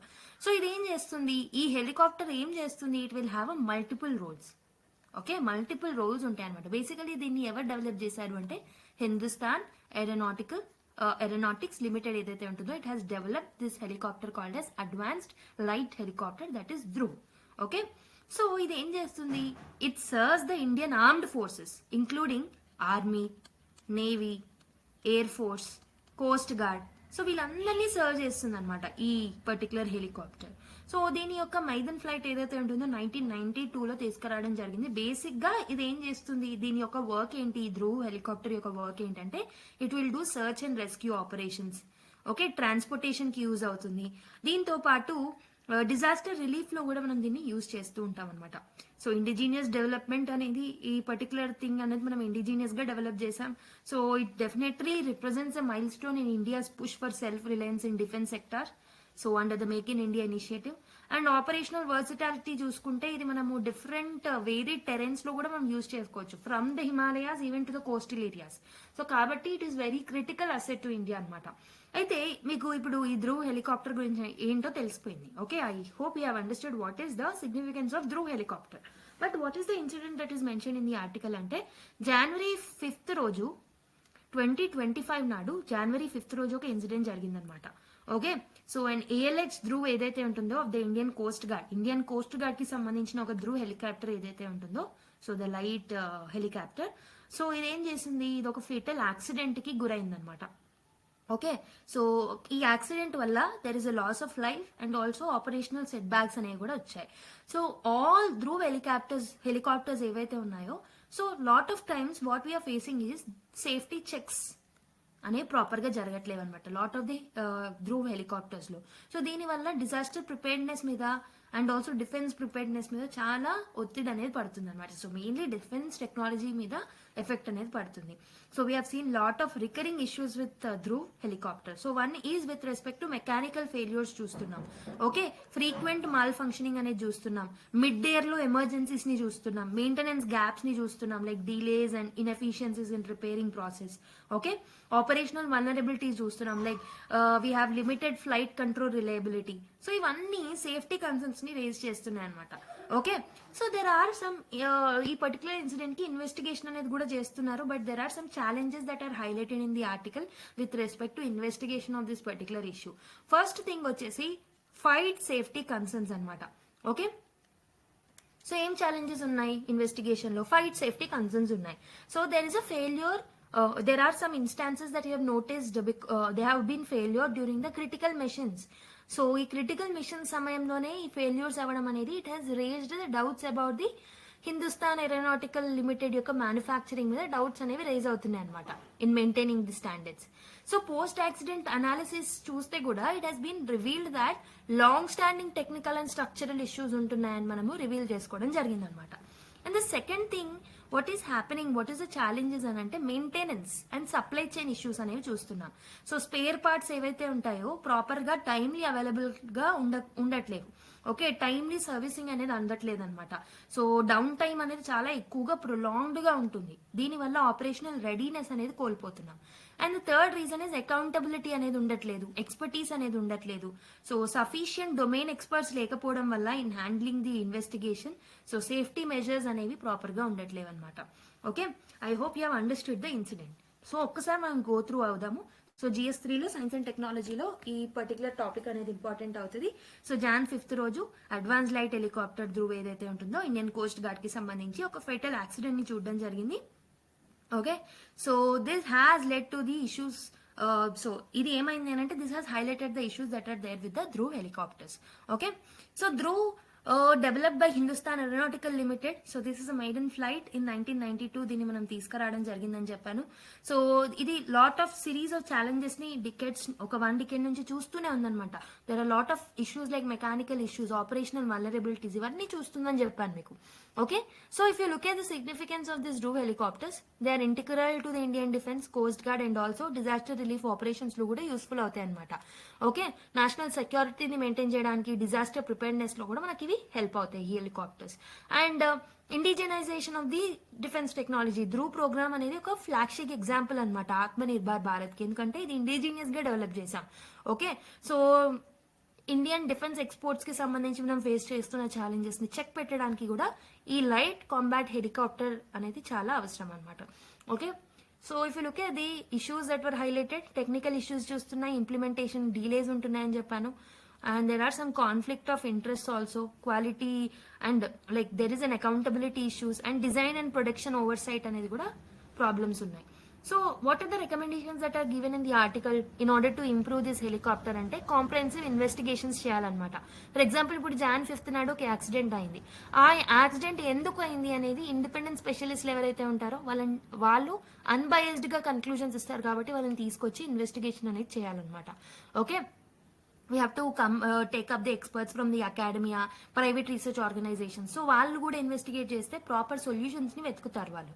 Stronger oversights over the Centre for Military Airworthiness and Certification should ensure rigorous monitoring of production quality. So ఇదేం చేస్తుంది Centre for Military Airworthiness and Certification అంటే, so ఒక particular defence project ఏదైతే ఉంటుందో, defence product ఏదైతే ఉంటుందో, like tools and helicopters లాంటివి మనం ఏవైతే యూజ్ చేస్తున్నామో ఆ ప్రొడక్షన్ అనేది ప్రాపర్ గా జరిగిందా లేదా అనేది ఓకే సర్టిఫై చేస్తుంది అనమాట. సో ఆ సర్టిఫై చేసే టైంలో కూడా ప్రొడక్షన్ ని ప్రాపర్ గా మానిటరింగ్ చేసి సర్టిఫై చేయాలి. Okay, so proactive measures for the fault rectification also. So floss ఏవైతే చూస్తున్నారో ఆ ఫ్లాస్ ని త్వరగా రెక్టిఫై చేయాల్సిన అవసరం అయితే ఉందన్నమాట. ఓకే, డిజైన్ మోడిఫికేషన్స్ అనేవి చేయాలి. Okay, and also apportioning the responsibility అంటే ఏం చేయాలి, హాల్కి అండ్ ఆల్సో ఈ Centre for Military Awareness, Airworthiness and Certification అనే 2 బాడీస్ ఏవైతే ఉన్నాయో both have to be accountable for their roles in the designing part, production part and certification part. Professionalism ని కూడా ఎన్హాన్స్ చేయాలి, ఎక్స్పర్ట్స్ ని తీసుకురావాలి in the decision making process. And we have to revisit the design philosophy. So design లో ఏమైనా changes తీసుకురావాలనేది check చేసుకోవాలన్నమాట. Okay, I hope you have understood what is this Dhruv. Okay, and what is the issue all about. Now let's go to another article. So let's look at another article. An enduring commitment to the Indo-Pacific అని చెప్పేసి ఒక article రావడం జరిగింది. First of all let's see what is Indo-Pacific. Indo-Pacific అంటే ఏంటి? Okay, so Indo-Pacific అనేది this is a strategic geo political region అనమాట. Okay, so ఇది ఎక్కడ ఉంటుంది? So this will encompass the areas of Indian Ocean, and also the Pacific Ocean. So దీంట్లో ఏమేమి countries include అయి ఉంటాయి? So it includes the countries like India, Japan, Australia, ASEAN nations ఏవైతే ఉన్నాయో అవి, ఓకే, అండ్ ఆల్సో యుఎస్. ఇవన్నీ Indo Pacific ప్రాంతాల్లో భాగంగానే ఉంటాయన్నమాట. ఓకే, సో ఇది ఎందుకు important, why this particular region holds the significant importance అని అంటే, ఒకటి because of the geo strategic importance. Okay, so దీంట్లో లాట్ ఆఫ్ ట్రేడ్ రూట్స్ అనేవి ఉంటాయి. So because of this trade routes it will be very much helpful. దీనివల్ల మనం global లెవెల్లో commerce and energy సప్లైస్లో కూడా మనం ఈ ట్రేడ్ రూట్స్ని యూస్ చేసుకోవచ్చు, యూటిలైజ్ చేసుకోవచ్చు. ఎకానమిక్ సిగ్నిఫికెన్స్ అనేది కూడా ఉంటుంది ఈ రూట్ నుంచి. సో ఇండో పెసిఫిక్ ఏదైతే ఉంటుందో this will contribute over 60% to the global GDP. Global జీడిపికి 60% అకౌంట్ చేస్తుంది అనమాట. Okay, so because of that it will lead to the emerging economies. అంటే ఎకానమిక్ ఇంపార్టెన్స్ ఉండడం వల్ల ఎమర్జింగ్ ఎకానమీస్కి చాలా హెల్ప్ఫుల్ అవుతుంది, like that of India. Okay, so next one is security dynamics. Okay, so the third reason why it is important into security dynamics. So manaku telusu territorial disputes perugutunnayi, like that of in the South China Sea, militarization perugutundi. దీనివల్ల it will pose peace and stability challenges కాబట్టి ఈ area అనేది మనకి help చేస్తుంది అనమాట, maritime సెక్యూరిటీలో help చేస్తుంది. And why it is specially or specifically important to India, ఇండియాకి ఎందుకు స్పెసిఫిక్గా ఇంపార్టెంట్ ఇది? We can counter China. Okay, so China growing assertiveness ఏదైతే ఉంటుందో ఈ రీజియన్లో, including with the projects like Belt and Road Initiative and naval expansion. So ఇవి మన రీజనల్ సావరినిటీకి థ్రెట్ అనేది కలిగిస్తాయి కాబట్టి in order to counter China it is very important to have a say in the Indo Pacific region. Economic ties ని మనం improve చేసుకోవచ్చు. Indo Pacific అనేది it's a very vital thing for the India's trade. So మనం significant exports ఏవైతే ఉంటాయో of India they are passing through this particular trade routes అనమాట. Okay, and maritime సెక్యూరిటీకి కూడా చాలా హెల్ప్ఫుల్ అవుతుంది. Okay, it will help in ensuring the freedom of navigation, piracy ప్రివెన్షన్లో మనము మన యొక్క ఓన్ రోల్ని తీసుకురావచ్చు. These are crucial for India's energy and trade security అనమాట. So what are the key highlights of the article? మరి ఆర్టికల్లో ఏం హైలైట్ చేశారు? So the article is speaking about US commitment to the Indo Pacific అనమాట. So this article is discussing and it is redefining the US strategy in the Indo-Pacific region under the former president Donald Trump and ప్రస్తుతం ఉన్న second term లో ఉన్న Donald Trump కింద ఎలా ఉండబోతుంది అనేది చెప్పడం జరిగిందనమాట. So what are the key measures that were taken by Donald Trump in this particular Indo-Pacific region? So he has established US Indo-Pacific command అనమాట. సో యుఎస్ ఇండో-పెసిఫిక్ కమాండ్ ని 2018లో ఎస్టాబ్లిష్ చేయడం జరిగింది అనమాట, in order to emphasise the security in this particular region. Okay, so దీంతో పాటు US ఇంకేం చేసింది, క్వాడ్ లాంటి ఆర్గనైజేషన్స్ తో మనం ముందుకు వచ్చాం, like Japan, Australia, India and US are working together in order to have a say in this particular Indo Pacific region and in order to counter the rise of China అనమాట. So what was the focus area of US at that time? Okay, so it has strengthened, it was focusing about strengthening the maritime security and also to counter the China's influence and economic cooperation మీద కూడా ఎక్కువగా దృష్టి పెట్టడం జరిగిందనమాట. Okay, so for example blue dot network అనే వాటిని develop చేయడం జరిగింది in order to do the infrastructure development and all. Okay, and also it was focusing upon the open trade routes, free and open trade routes ఏవైతే ఉంటాయో వాటి మీద కూడా focus చేయడం జరిగింది. So these were the key focus areas during this first term. Okay, so what was the geopolitical significance of this move are the interest of US to the India? అంటే అసలు ఎందుకు ఇండియాకి ఇంపార్టెంట్ యుఎస్ యొక్క interest అంటే, so India యొక్క role ఏదైతే ఉందో Indo Pacific రీజియన్లో it is very important. India is a key player in the region. So by collaborating with the like minded nations is very much helpful, like quad cooperation కానివ్వండి, మిగతా programs like active పాలసీస్లో ASEAN కంట్రీస్తో రిలేషన్స్ని build చేసుకోవడానికి కూడా ఈ US యొక్క interference and US యొక్క లైక్ మైండింగ్ నేచర్ అనేది వెరీ ఇంపార్టెంట్ అనమాట. But there are some challenges for India. So ఒకటి వచ్చేసి నేవిగేటింగ్ టెన్షన్స్ అనేవి ఉన్నాయి, లైక్ చైనా రైజ్ అవుతుంది. సో చైనా రైజ్ అవ్వడం వల్ల so this will actually decrease the leadership of the India in this particular region. Okay, and we have to balance our position between the US led coalitions and the regional autonomy ని కూడా మనం balance చేసుకోవాలి, అది కూడా ఒక issue అనమాట. and this article is highlighting about the structural changes in the US. Okay, so what is the evolving architecture అనేది ఈ ఆర్టికల్ లో ఎక్కువగా ఫోకస్ చేయడం జరిగింది. So this article is focusing upon the structural changes ఏమైతే ఉన్నాయో వాటి మీద ఫోకస్ చేయడం జరుగుతుంది. So defence and security framework ఏదైతే ఉంటుందో it was brought to counter emerging threats in the Indo Pacific. So what should be the future prospects ఇవన్నీ చూద్దాం ఒకసారి. Will go through this PDF. Okay, GS2 లో మనకి India and it's neighbourhood లో మనకి ప్రాంతం అనేది very important. Indo Pacific region is very important to us. So this is Indian Ocean, this is Pacific Ocean. So ఈ particular చుట్టుముట్టున్న అన్ని areas ని కలిపి మనం ఇండో పెసిఫిక్ రీజన్ అంటాం. Okay, so importance of the Indo Pacific, geopolitical significance.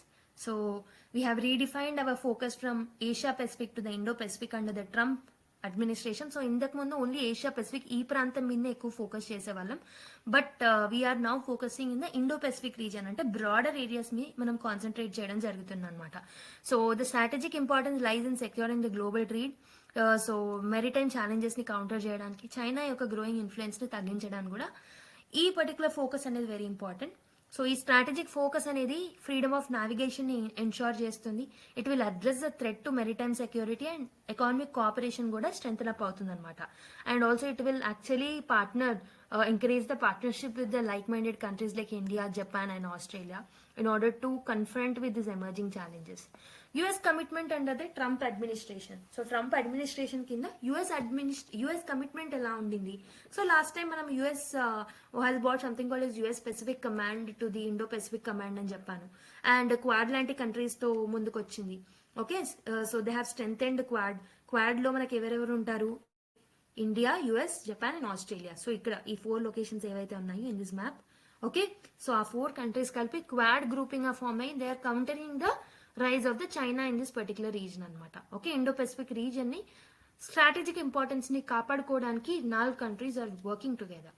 Okay, so what was the continuity of the Indo Pacific reason importance under the Biden administration అంటే, so Biden administration లో they have build Indo Pacific framework అనమాట. Indo Pacific framework ని 2022 లో introduce చేయడం జరిగింది in order to promote economic engagement and rule based order ని setup చేయడానికి. Okay, so next మల్టీఫెసెటెడ్ approach తో ముందుకు వచ్చారు బైడెన్ టైంలో. They were focusing on vaccines, climate change, technological innovations and also supply chain resilience, వీటన్నిటి మీద ఫోకస్ చేయడం జరిగింది అనమాట. Okay, and also China assertiveness ని కౌంటర్ చేయడం కూడా మెయిన్ అజెండాగా కంటిన్యూ చేస్తూ వచ్చారు from the Trump administration to the Biden administration. So but ఈ పర్టికులర్ ఆర్టికల్ లో ఏం చెప్తున్నారంటే what will B the future prospects Trump 2.2 అంటే ఇప్పుడు ప్రస్తుతం ట్రంప్ సెకండ్ టర్మ్ లో ఎలాంటి ప్రాస్పెక్ట్స్ ఉండబోతున్నాయి. ఓకే, స్ట్రాటజిక్ ఫోకస్ అనేది రెన్యూ అవ్వబోతుంది అనమాట. So Indo Pacific likely to remain central to the US foreign policy. We're going to focus on security alliances, power dynamics, వీటన్నిటి మీద మనం ఫోకస్ చేసే అవకాశాలు ఉన్నాయన్నమాట. Okay, and they are going to strengthen up frameworks like Quad లాంటివి ఇంకొంచెం strengthen up చేయాలనుకుంటున్నారు.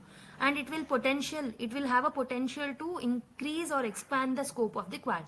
So that Quad లో ఎకానమిక్ అండ్ సెక్యూరిటీ మెజర్స్ ని కూడా ఇంక్లూడ్ చేయాలని అనుకుంటున్నారు అనమాట in order to reflect the new geopolitical realities that are there. Okay, they are going to enhance the collaboration between all the 4 countries. Okay, so India's Indo Pacific strategy ఎలా ఉంటుంది మరి? Maritime security ఒకటి, maritime security మీద మనం focus చేస్తున్నాం. Like we want to enhance India's maritime capabilities in order to counter issues like terrorism and piracy. And economic security మీద కూడా మనం ఫోకస్ చేస్తున్నాం. ఎనర్జీ అండ్ ట్రేడ్ స్టెబిలిటీని మెయింటైన్ చేయడానికి మేము ప్రయత్నిస్తున్నాం. Okay, strategic convergence is the another one. So we want to strengthen up our ties with the countries of the Quad. Okay, next. So what are the challenges Mari? There are some challenges that were highlighted in the article with regards to the Indo-Pacific region. So ఒకటి వచ్చేసి China యొక్క assertiveness అనమాట. So China యొక్క role పెరుగుతుంది. Debt trap పాలసీతో, debt డిప్లొమసీతో, వీటన్నిటితో, belt and road initiatives తో, వీటి వల్ల చైనా యొక్క ఇన్ఫ్లుయెన్స్ అనేది పెరిగిపోతుంది అనమాట. And there is a militarization in the South China Sea. Okay, coordination among the Quad members. So Quad nations అనేవి they are like minded countries, but certain areas lo they will have different approaches kabatti diverging interest among the quad nations can limit the grouping effectiveness anamata. And also India and other regional nations evaithe unnayo they need to do more robust economic and defense infrastructure in order to counter the growing challenges. Okay, infrastructure gaps ni fulfill cheyali. Ippudaithe prastutam aithe lot of infrastructure gaps ni chustunnam. Em cheste baaguntundi in order to solve this problem? Regional పార్ట్నర్షిప్స్ని strengthen up చేయాలి, multilateralism మీద focus చేయాలి, economic ఫోరమ్స్ని leverage చేయాలి, and we have to enhance the maritime capabilities of the region, infrastructure development మీద focus చేయాలన్నమాట. Okay, this is about this particular article. What we have seen in this article, Indo Pacific region అనేది ఎందుకు important, ఇండియాకి స్పెసిఫిక్గా ఎందుకు important. So Indo Pacific రీజన్లో ఏమేమి issues ఉన్నాయి. సో యుఎస్ ఫస్ట్ టర్మ్లో లైక్ ట్రంప్ ఫస్ట్ టర్మ్లో ఎలాంటి ఆర్గనైజేషన్స్ తో ముందుకు వచ్చారు, హౌ బైడెన్ అడ్మినిస్ట్రేషన్ లో అది కంటిన్యూ అయింది, దాని తర్వాత ట్రంప్ 2.0లో ఎలాంటి చేంజెస్ రాబోతున్నాయి అనేది చూసామన్నమాట. Okay, now let's go to another article. So let's look at another articles. Republican journey, simultaneous poll will prevent policy paralysis అని 2 ఆర్టికల్స్ రావడం జరిగిందనమాట. So the president of India has addressed the nation on the eve of 76th Republic Day. So the focus of the speech was written in the first article. So what was the basic focus on the speech అంటే constitution of India ఏదైతే ఉంటుందో, so this was highlighted as the modern and the guiding document. Okay, దీన్ని ఒక modern and also the guiding document గా దీంట్లో చెప్పడం జరిగిందనమాట, which is used for the progress of India. Modern and guiding document అన్నారు కాబట్టి ఈ వర్డ్స్ ని మీరు డైరెక్ట్ గా మీ ఆన్సర్స్ లో కోట్ చేసుకోవచ్చు అనమాట.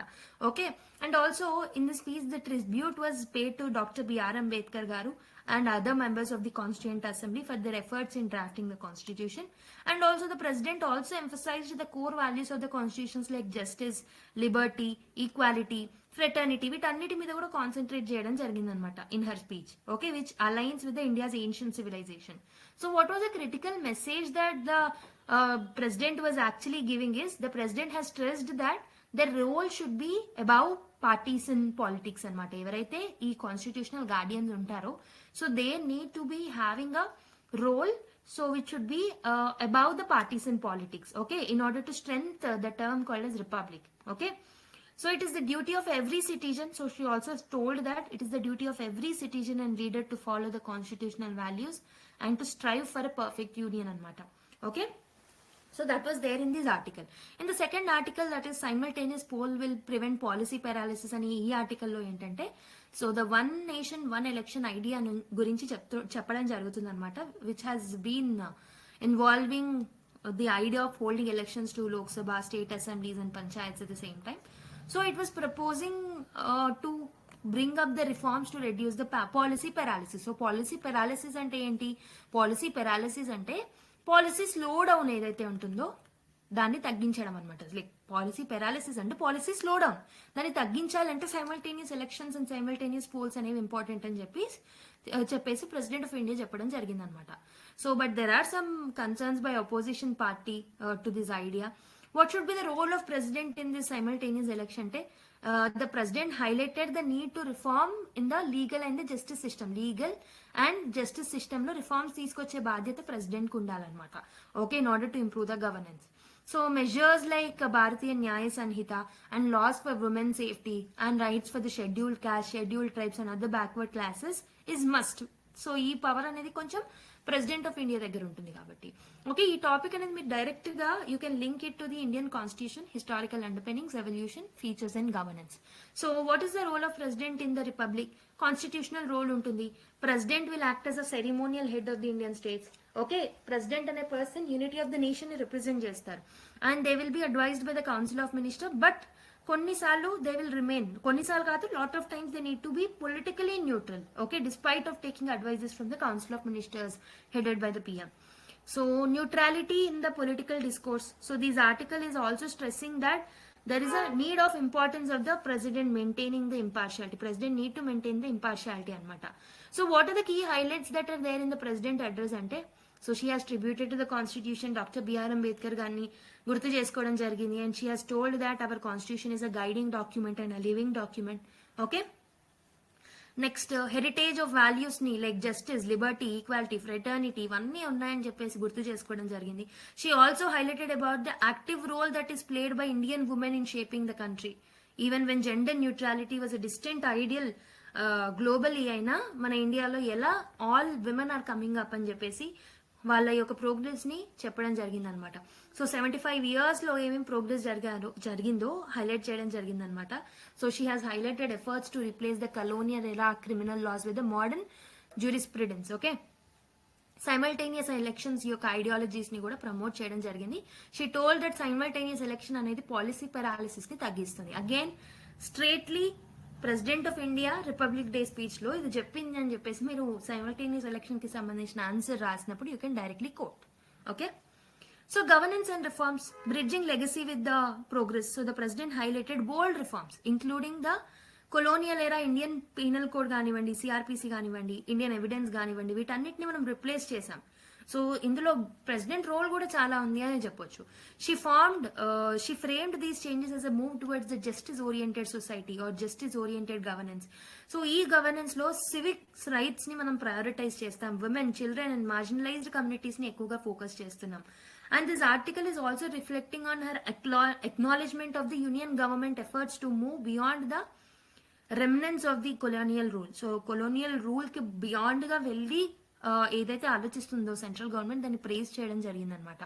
Okay, so she has also advocated for one nation one election, so which has portrayed the idea of eliminating the policy paralysis and also resource division అనేది తగ్గిపోతుంది అని చెప్పింది. అండ్ ఆల్సో అడ్మినిస్ట్రేటివ్ ఎఫిషియన్సీ కూడా జరుగుతుంది simultaneous elections వల్ల అని చెప్పేసి తను స్ట్రాంగ్ గా స్టేట్ చేయడం జరిగిందనమాట. However, the proposal is contentious. So with critics arguing that it risks centralizing power and undermining federalism, a foundational principle of India's governing structure. So what are the implications? So implications ఏంటంటే simultaneous elections governance stability ని పెంచుతాయి. Okay, long term planning ని ఈజీగా చేసుకోవచ్చు. Constitutional morality అనేది strengthen up అవుతుంది. So this will be inclusive and also governance priority measures తో మనం ముందుకు వస్తే బాగుంటుంది. But there are certain challenges with one nation one election. Presidential neutrality maintenance అనేది very important. So there are some controversy over the simultaneous election. కాబట్టి president has to maintain the neutrality. Federal debate ని strengthen up చేయాల్సిన అవసరం అయితే ఉంది. So మొత్తం centralised కాకుండా decentralised provisions తో కూడా ముందుకు రావాలి. కాన్స్టిట్యూషనల్ ఎథోస్ అండ్ వాల్యూస్ మీద కూడా ఫోకస్ చేయాలి. So the key take away that I can tell you is, మీరు మీద ఇదంతా మీరు చదివేస్తారు. So as part of Indian polity or the current affairs, మీకు ఇదంతా తెలుసు. But the key takeaway that you can take from this particular articles is simultaneous polls will prevent policy paralysis అని చెప్పేసి మీరు policy like when you are writing an example for simultaneous polls గురించి మీరు substantiate చేసినప్పుడు you can quote that the president of India has quoted this in the speech and you can tell that constitution is a living document అని చెప్పేసి reaffirm చేసింది president of India in her Republic day speech అని మీరు quote చేయొచ్చు మీ answer లో. Okay, now let's go to another answer. So మనకి తెలిసింది రిపబ్లిక్ డే కి చీఫ్ గెస్ట్ గా we have invited Indonesian president అని చెప్పేసి. సో ఆ పర్టికులర్ కాంటెక్స్ లో ఇండియా ఇండోనేషియా రిలేషన్స్ అనేవి very important. Let's dive and let's look into this particular topic in detail. So if you look at the syllabus, GS2 లో India and its neighborhood relations లో మనకి topic important. So if you look at the historical and cultural ties of the Indonesia and India, so ఈ both countries మీరు చూసుకుంటే so historical ties, ancient linkages అనేవి ఉన్నాయి. They have shared cultural heritage, so which is related to Javanese, Hinduism, Vedic scriptures and also Sanskrit works అనేవి కూడా ఇద్దరికి shared ఉన్నాయన్నమాట. Okay, so they are also working for cultural exchanges through trade and travel. Okay, so దీనివల్ల historic ties ఏవైతే ఉన్నాయో అవి strengthen up అవుతున్నాయి. Modern ఎరాలో ఇద్దరికి ఎలాంటి రిలేషన్స్ ఉన్నాయంటే యాంటీ ఇంపీరియలిస్ట్ స్ట్రగుల్స్ లో Indonesia and India has worked together, సాలిడారిటీతో వర్క్ చేయడం జరిగింది. So independent India support for Indonesia during the Dutch colonialism including banning Dutch over flights and aiding Indonesian leaders in the 1950s. So మనం Indonesian leaders ని aid చేయడం జరిగింది, support చేయడం జరిగింది when they were under the Dutch colonialism. Okay, non alignment movement ఏదైతే ఉంటుందో, so non aligned movement లో కూడా both countries were founding fathers అనమాట, ఫౌండింగ్ మెంబర్స్ అనమాట నామ్ లో. Okay, so which emphasized their shared opposition to the great power politics. Okay, and also Bandung conference ఏదైతే ఉంటుందో which has okay given birth to the NAM. So ఇందులో కూడా రెండు countries have played a greater role. So what are the strategic convergence of both the countries? Strategic convergences చూసుకుంటే geopolitical importance. So both nations are dominating their respective regions. For example, South Asia and Southeast Asia అన్నమాట.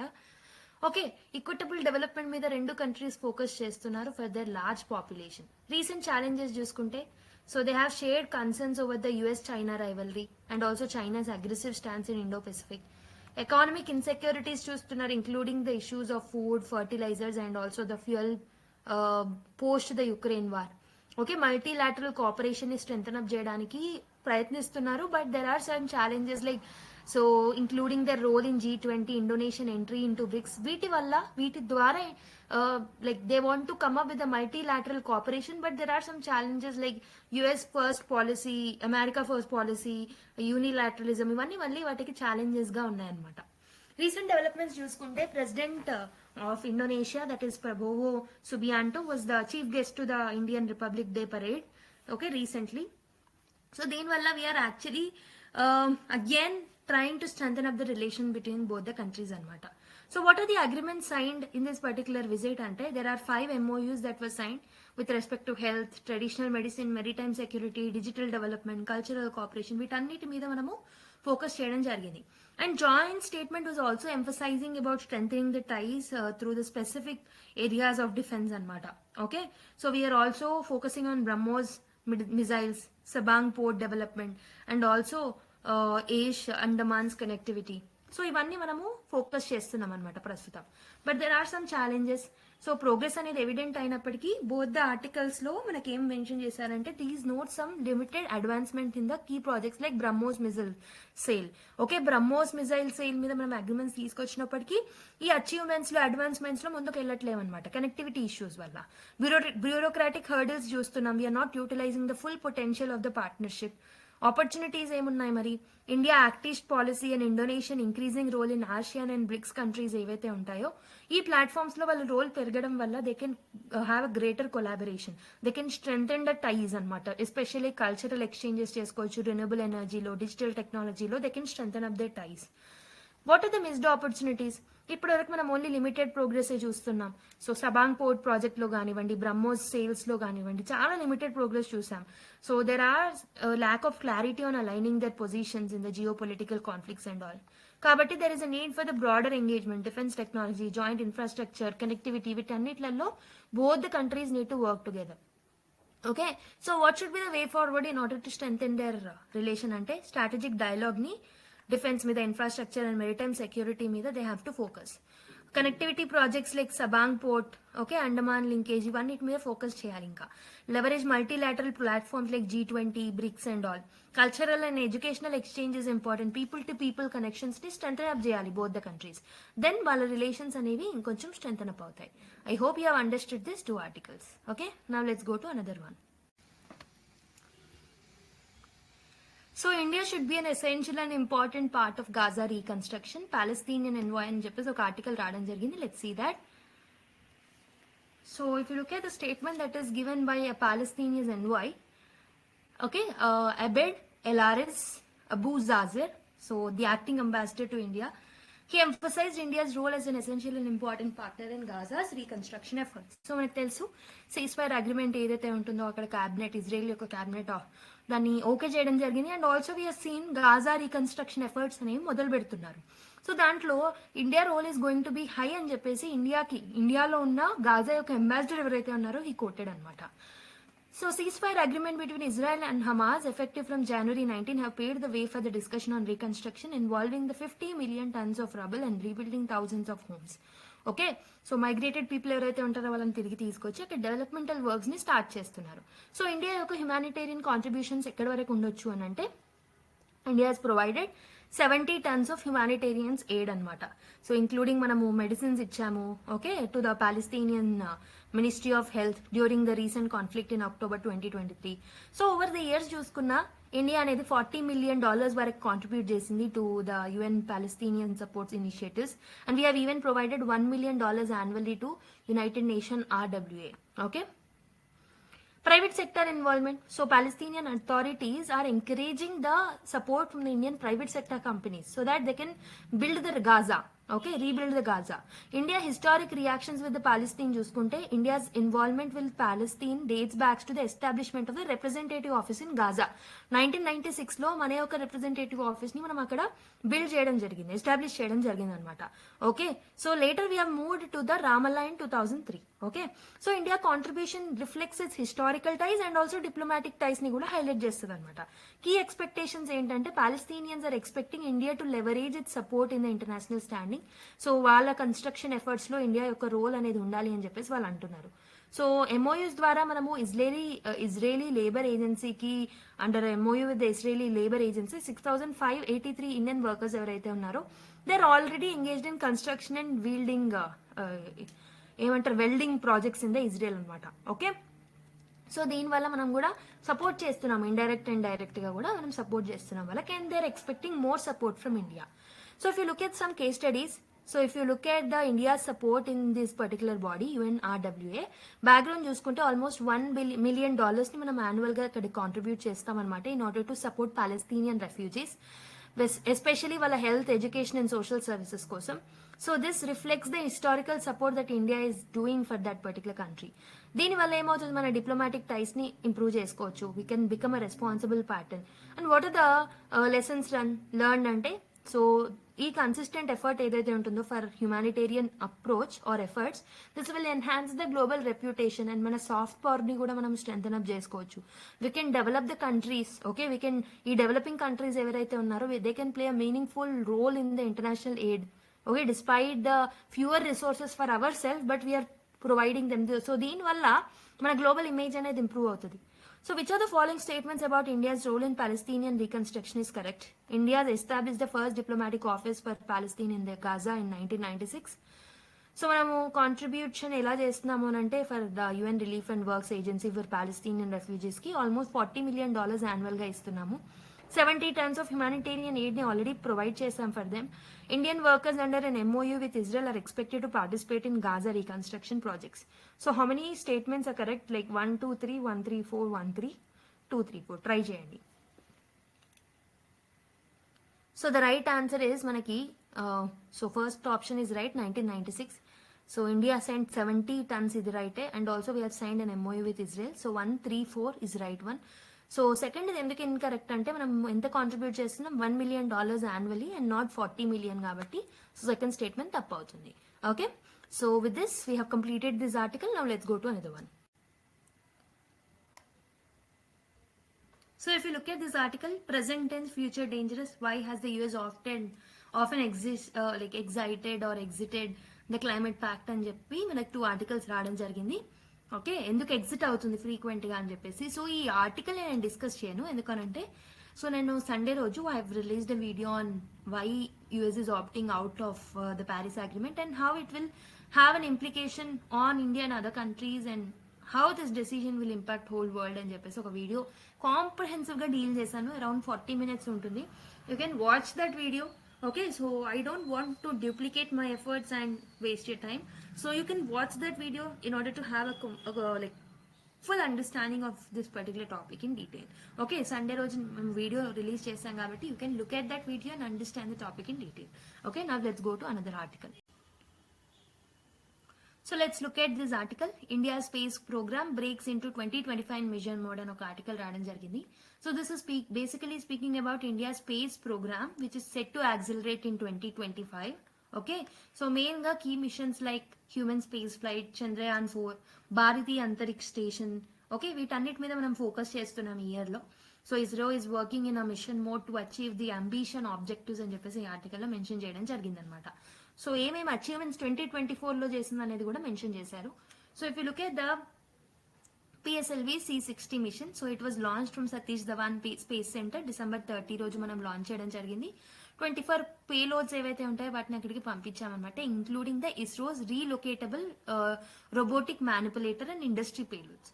And Aditya L1 గురించి we have got an initial data in January 2025. So India's first solar space observatory studying the sun and its effects on the inner solar system we know. Aditya L1 గురించి మనకు తెలిసిందే. And space docking కూడా మనం successful గా దాన్ని implement చేయడం జరిగింది. And upcoming machines కూడా మిషన్స్ ఏమేమి ఉన్నాయంటే చంద్రయాన్ 4, భారతీయ అంతరిక్ష స్టేషన్ తో మనం ముందుకు వస్తున్నాం. We're focusing these areas in 2025. And also we're going to come up with something called as next generation launch vehicles. Okay, so we are going to do a test flights on this. Okay, and the third launch pad ni kuda manam develop cheyalanukoni anukuntam anamata. For that we are constructing at Satish Dhawan Space Center. Technological advancement చూసుకుంటే Vikas engine ని develop చేసాం for reusable propulsion systems and compact research module ఏదైతే ఉంటుందో ఇస్రోకి సంబంధించి first demonstration అయిందనమాట. Private sector collaboration తో కూడా మనం ముందుకు వచ్చాం. We have collaborated with domestic and international companies like firefly, take me space. So వీటితో ఎందుకు కొలాబరేట్ అయినాం? ఫర్ ద శాటిలైట్ లాంచెస్ అనమాట, టెక్నాలజీ డెవలప్మెంట్ కోసం. Global collaborations for the PSLV C60. So మనం చూసుకుంటే Switzerland based situational awareness companies and other international payload contributors on board PSLV C60 అని చెప్పేసి ఇక్కడ ఇవ్వడం జరిగింది. అండ్ మేజర్ అచీవ్మెంట్స్ చూసుకుంటే 2024లో సో పిఎస్ఎల్వి C50 యొక్క సక్సెస్ చూసాం. We have launched 2 satellites from Sriharikota, which were focusing on establishing future capabilities for human spaceflight missions. And we have successfully launched Aditya L1, Chandrayaan 4 mission. Okay, so Chandrayaan 3 success and Chandrayaan 4 mission future లో తీసుకురాబోతున్నాం. గగన్యాన్ యొక్క testing అనేది అయింది and human space flight అనేది ఈ year లో రాబోతుంది. Okay, so India space station ని కూడా మనం డెవలప్ చేయబోతున్నాం. సో ఇప్పటివరకు మనము డాకింగ్ మిషన్ ని సక్సెస్ చేసుకున్నాం 2025లో. Okay, so this is about this article anamata. So I have given a gist of the article, but there are some challenges and focus areas. So human space flight risk lane unde chances untayi anamata, and sustainability in the space is another issue. Okay, we have to solve this issue and we have to work for the development of the space technology in India. So how has India revised obesity parameters అని చెప్పేసి ఒక article రావడం జరిగింది. Let's see that. So India అనేది it has revised obesity guidelines అనమాట after 15 years. Okay, in order to address some unique health challenges that are faced by the Indian population. Okay, ఈ updates ఏవైతే ఉన్నాయో India specific body composition, metabolic disturbances, okay, obesity అన్నిటిని దృష్టిలో పెట్టుకొని changes ని తీసుకురావడం జరిగింది అనమాట. Okay, so if you look at the revised obesity guidelines, India has updated its obesity diagnosis and treatment guidelines after 15 years, incorporating a 2-stage classification system. ఒకటి వచ్చేసి innocuous obesity అంటే ఏంటి అని అంటే increased body fat without organ or metabolic dysfunction. Okay, metabolic dysfunction and organ fat అనేది ఈ body fat కి సంబంధించి బాడీ ఫ్యాట్ ఉంటుంది, బట్ ఈ బాడీ ఫ్యాట్ అనేది it is not actually leading to the metabolic dysfunction. So దీన్నే మనం innocuous obesity అంటాం. సో ఇంకో టైప్ ఆఫ్ ఒబేసిటీ ఏంటంటే విత్ కాన్సిక్వెన్సెస్ అనమాట. అంటే ఒబేసిటీతో పాటు దాని వల్ల బాడీలో కొన్ని ఆర్గాన్స్ యొక్క డిస్ఫంక్షన్స్ అనేవి మనం చూస్తాం అనమాట. ఒబేసిటీ రిలేటెడ్ డిసీజెస్ అనేవి వస్తాయి అనమాట. Okay, so these are 2 types of obesities. So lower BMI thresholds for Indian. So body mass index ఏదైతే ఉంటుందో over weight was defined as greater than or equal to 23 to 24.9 kg per meter square anamata. Okay, so obesity defined as increase in like more than 25 kilogram per meter square compared to western standards of 30. అంటే మన దగ్గర thresholds ఏవైతే ఉన్నాయో lower గా ఉన్నాయి అనమాట body mass index ని. So waist line standards చూసుకుంటే ఐడియల్ వేస్ట్ లైన్ వచ్చేసి లెస్ దెన్ 90 cm ఉండాలి ఫర్ మెన్, విమెన్ కి 80 cm కన్నా తక్కువగా ఉండాలన్నమాట. So these are also lower than the western standards of 1 or 2 cm for men and 88 cm for women. Asian Indian specificity చూసుకుంటే so studies show that Asian Indians tend to develop higher body fat percentages and metabolic disturbances at lower body mass index threshold compare to the western population. So మన దగ్గర ఎందుకు lower limit పెట్టాం, తక్కువ ఎందుకు పెట్టాం limits ని అని అంటే, సో మన దగ్గర ఏంటంటే లోవర్ బాడీ ఫ్యాట్ కి ఎక్కువగా డిసీజ్ వచ్చే ఛాన్సెస్ ఉన్నాయి. లైక్ ఒబేసిటీ అనేది less obesity is also going to cause more metabolic disturbances in India if you are comparing with the western countries. అందుకే మనం లోవర్ లిమిట్స్ ని పెట్టడం జరిగింది అనమాట. ఓకే, అబ్డామినల్ ఒబేసిటీ అనేది ఉండడం వల్ల ఏం ప్రాబ్లమ్స్ వచ్చే ఛాన్సెస్ ఉంటాయి. Okay, so strong correlation is there with inflammation, insulin resistant and comorbidities. So దాని వల్ల మనకి డయాబెటీస్ వస్తుంది, కార్డియోవాస్కులర్ డిసీజెస్ వచ్చే అవకాశాలు కూడా ఉన్నాయన్నమాట. ఓకే, ఒబేసిటీ రిలేటెడ్ హెల్త్ రిస్క్లు అనేవి ఇండియాలో చాలా ఎక్కువగా ఉన్నాయి. రైజింగ్ ప్రివిలెన్స్ చూసుకుంటే నేషనల్ ఫ్యామిలీ హెల్త్ సర్వే ప్రకారం ఇట్ ఇండికేట్స్ దట్ ఒబేసిటీ లేదా ఓవర్ వెయిట్ ఏదైతే ఉంటుందో among the men is between 12.6 నుంచి 22% కి ఇంక్రీజ్ అవ్వడం జరిగింది బిట్వీన్ 15 to 49 years మధ్యలో ఉన్న వాళ్ళకి. అండ్ ఉమెన్ లో 9.3 నుంచి 22% కి ఇంక్రీజ్ అవ్వడం జరిగింది అనమాట. Okay, currently the data according to NFHS surveys 1/4 of the Indian population is either overweight or they are obesed. Okay, health రిస్క్లు ఏముంటాయి, డయాబెటీస్ వచ్చేస్తుంది, cardiovascular diseases, inflammation, okay, and other quality of life అనేది disturb అవుతాయి అనమాట. So Indian population unique challenges చూసుకుంటే ఈ excess fat leads to the earlier metabolic disturbances అనమాట western countries తో కంపేర్ చేస్తే. సో బిఎంఐ ఏదైతే ఉంటుందో that alone may not be a reliable measure for diagnosing obesity among the Indians. అందుకే ఆ parameters ని చేంజ్ చేయడం జరిగింది. So that's the reason there is an early intervention that is needed in Indian population. ఏంటి, we have to emphasise on adapting healthier lifestyles early in life. Okay, చిన్న age నుంచే మంచి lifestyles ని ముందుకు తీసుకురావాలన్నమాట. Okay, I hope you have understood. Next, republic day showcases diversity military might అని చెప్పేసి ఒక ఆర్టికల్ రావడం జరిగింది. So let's look at that. Okay, so theme for republic day ఏముండే, ఓకే, స్వర్ణిం భారత్ విరసత్ ఔర్ వికాస్ అని చెప్పేసి, like golden India, heritage and development అనేది మన థీమ్ అనమాట, గుర్తుపెట్టుకోండి. Special guest Prabowo Subianto was the special guest and the chief guest from Indonesia. Celebrations has highlighted 75 years of enactment of Indian Constitution and 150 years of tribal leader Birsa Munda. Okay, ఈ 2 focus areas తో మనం జరుపుకున్నాం. Military and cultural showcases చూసాం, like tri services అనేవి, army, navy and air force అనేవి they have displayed for the first time on Kartavya Path, showcasing their integration and jointness. Okay, so cultural diversity and achievements ని కూడా వాళ్ళు showcase చేయడం జరిగింది అనమాట. So what are the participation highlights, 10,000 గెస్ట్లు attend అయ్యారనమాట from various walks of life. Ministry of Defense has issued 77,000 passes and also 32,000 passes sold were only to the citizens. Ante so we actually gave more representation, diverse groups ni manam represent cheyadam jarigindi anamata. So ceremony యొక్క feature చూసుకుంటే event అనేది it has begun with 21 gun salute using indigenous 105mm light field guns anamata. So the National War Memorial was a focal point for the tributes of the fallen soldiers, and also artistic and cultural displays kuda chesaru.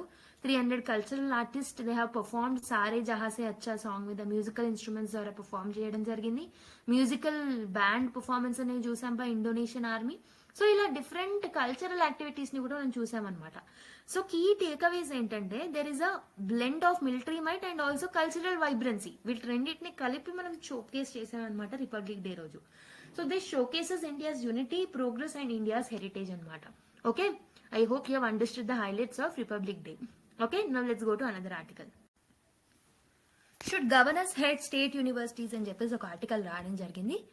So ఇదేంటంటే what are the role of the governors. So governor will act as a chancellors of the universities కదా. So they are the ex officio chancellors of the state universities under the state universities laws. State కూడా university laws ని తీసుకొస్తుంది. నేను previous classes లో మీకు గుర్తుంటే education అనేది concurrent list లో ఉంటుంది. ఎడ్యుకేషన్ లో స్పెసిఫిక్ గా యూనివర్సిటీస్ లాస్ చూసుకుంటే సెంట్రల్ యూనివర్సిటీ అయితే దీని మీద చట్టాలు అనేవి సెంటర్ చేస్తుంది, స్టేట్ యూనివర్సిటీ అయితే స్టేట్ చట్టాలని చేస్తుంది అని చెప్పాను. సో స్టేట్ యూనివర్సిటీస్ లాస్ ప్రకారం ఎక్స్ ఆఫీషియో ఛాన్సలర్స్ ఎవరు ఉంటారంటే గవర్నర్స్ అనమాట. So their role involves presiding over the convocations, so convocation meetings ని, ఓకే, వైస్ ఛాన్సలర్స్ ని అపాయింట్మెంట్ చేయడంలో, okay, they also ensure the university function. So ఇవన్నీ roles ని వాళ్ళు ప్లే చేస్తూ ఉంటారు. హిస్టారికల్ గా చూసుకుంటే కూడా this provision was introduced during the British rule in 1857, starting with the universities in Calcutta, Bombay and Madras. Okay, so ఏంటంటే పొలిటికల్ ఇంటర్ఫియరెన్స్ యూనివర్సిటీ అఫైర్స్ లో ఉండకూడదని ఆ పర్టికులర్ అంశాలతో ముందుకు రావడం జరిగింది అనమాట. But if you see the shift in focus after 1957, governors ఎవరైతే ఉన్నారో they have transform from neutral constitutional authorities to the aligned figures. అంటే they started supporting to the political parties అనమాట. దీనివల్ల స్టేట్ గవర్నమెంట్ యొక్క రోల్స్ కి clashing అనేది ఏర్పడడం జరిగిందనమాట. So what are the challenges with the governors role? ఒకటి, political influence ఎక్కువగా ఉంటుంది on governor role, and university affairs లో డిలేస్ అనేవి చూస్తున్నాం because of the clash between the governor and state government with regards to appointments, amendments and all. So there is a clash with the state governments also. Opposition parties తోటి, particularly ఏవైతే states లో opposition parties ఉన్నాయో other than the central government parties, so ఆ states లో ఎక్కువ challenges అనేవి face చేస్తున్నాం. Legal framework ఎలా ఉంది? Supreme court affirmed in 1997 that governors act independently of the council of ministers in university matters. So council of ministers కి కాకుండా they have to, so వాళ్ళ డెసిషన్ కాకుండా గవర్నర్స్ ఇండిపెండెంట్ గా decision making చేయాలన్నమాట with respect to university affairs. So Sarkaria commission report కూడా it has recommended limiting the governor roles in the university governance.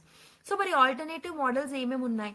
So some states like Gujarat, Karnataka, Tamil Nadu, Kerala, Maharashtra, West Bengal ఏవైతే ఉన్నాయో వీళ్ళందరూ laws ని pass చేయడం జరిగిందనమాట, which has reduced by reducing or replacing the governor role in the university administration లో governor roles ని తగ్గించారనమాట. So what are the suggested models? State appointed chancellors. So state appointed chancellors అంటే political influence లేకుండా independent గా ఉండాలన్నమాట state appointed chancellors. Next elected officials or committees ఉండొచ్చు. Okay, to manage the appointments and the administration transparently there should be some elected officials or the committees who will supervise this. Global practices చూసుకుంటే UK and Australia లాంటి countries లో ceremonial heads or independent councils అనేవి మనకి university administration ని oversee చేస్తూ ఉంటాయి అనమాట. So that accountability అనేది మెయింటైన్ చేయొచ్చు, అకాడమిక్ ఫ్రీడమ్ కూడా ఉంటుంది from the political interference. Recent developments చూసుకుంటే Punjab and West Bengal have pass the bills in 2023 to replace governor as the chancellor. Governor ని రిప్లేస్ చేస్తూ ఓకే మిగతా వాళ్ళని పెట్టడం జరిగింది అనమాట గవర్నర్ ప్లేస్ లో. So this particular bill is in the pending for the presidential approval. Okay, presidential assigned కోసం దాన్ని పాస్ చేయడం జరుగుతుంది గవర్నర్. సో ప్రెసిడెంట్ దగ్గర అప్రూవల్ పెండింగ్ అనేది ఉందన్నమాట ఈ పంజాబ్ అండ్ వెస్ట్ బెంగాల్ ఏరియాస్ కి సంబంధించి. Punchhi commission also recommended reducing governors involvement in the ceremonial duties. Okay, what are the key recommendations that are highlighted in the article అంటే we can actually align the governance models of the global best practices నుంచి తీసుకోవచ్చు university administration లో. And we have to shift towards the institutional autonomy and reduce the governors discretionary powers. Okay, these are the things which we can follow. Okay, governor chancellor గా ఉండడం అనేది కరెక్టేనా? ఉంటే అతని role ఎలా ఉండాలి? ఓకే, రోల్ అనేది పార్టీసన్ గా ఉంటే ఎలాంటి స్టెప్స్ తీసుకోవాలి? ఇవన్నీ చూసాం. Okay, along with some examples. I hope you have understood this article. Have to achieve universal health coverage across India అని ఒక ఆర్టికల్ రావడం జరిగింది. సో బేసిక్గా India is aiming to ensure affordable health services, accessible health services and quality health services. Right, affordability ఉండాలి, quality ఉండాలి and also accessibility అనేది ఉండాలన్నమాట health care services లో. Okay, so almost 1.43 billion population ఉన్నారు కాబట్టి so all of this are required in India, including vulnerable groups ఎవరైతే ఉంటారో like children, senior citizenships, వాళ్ళకి కూడా అఫోర్డబుల్ గా, యాక్సెసిబుల్ గా and quality health care services అనేవి అందాలన్నమాట. Okay, so what is universal health care coverage? Okay, so what is universal health coverage అంటే ఏంటి? First of all let's see. So the objective of universal health coverage is to provide universal health insurance అనమాట, and also the legislative entitlements and also quality health care. Universal అంటే ఏంటి? మొత్తం ఇండియాకి okay respective all the sections. So ప్రతి ఒక్క sections కి universal health insurance అనేది మనం ప్రొవైడ్ చేయగలగాలి, లెజిస్లేటివ్ ఎంటైటిల్మెంట్స్ ని ప్రొవైడ్ చేయగలగాలి, quality health care affordable services ని అందించగలగాలి. దీనివల్ల పబ్లిక్ హెల్త్ సిస్టమ్స్ అనేవి ఇంప్రూవ్ అవుతాయి, అవుట్ ఆఫ్ పాకెట్ ఎక్స్పెన్సెస్ అనేవి తగ్గించవచ్చు, ప్రివెంటివ్ కేర్ ని ఎన్షూర్ చేయొచ్చు and we can enhance the equitable access అనమాట. Okay, what are the proposals for the universal health coverage? So ఒకటి వచ్చేసి ఇంటిగ్రేటెడ్ నేషనల్ హెల్త్ సిస్టమ్ అనమాట. Okay, integrated national health system ఇదేంటి? ఇది ఒక యూనిఫైడ్ సిస్టమ్ అనమాట. దీంట్లో పబ్లిక్ హెల్త్ కేర్ అనేది will be a primary provider. So ఏమేమి ఉంటాయి దీంట్లో? Promotive health care, preventive health care, curative health care అన్నీ ఉంటాయి అనమాట ఈ పర్టికులర్ మోడల్లో. Okay, 3 tier health care model ని మనం తీసుకురావడం జరిగింది. ఇందులో భాగంగా primary health care model, secondary health care and tertiary. So primary అంటే ప్రివెంటివ్ కేర్ ఉంటుంది ఇక్కడ, సెకండరీ అంటే క్యూరేటివ్ కేర్ ఉంటుంది, టెరిషరీ అంటే స్పెషలైజ్డ్ కేర్ ఉంటే దాన్ని టెరిషరీ హెల్త్ కేర్ మోడల్ అంటాం అనమాట. So this is the thing that is integrated national health system ని మనం ఇప్పుడు ఫాలో అవుతున్నాం. Okay, so how to improve the quality and accessibility? So there should be role of the community health workers అనమాట. So ఇండియాలో చూసుకుంటే almost they are serving 40,000 people each. Okay, ఒక్కొక్క community health worker 40,000 people ని serve చేస్తున్నారు అనమాట.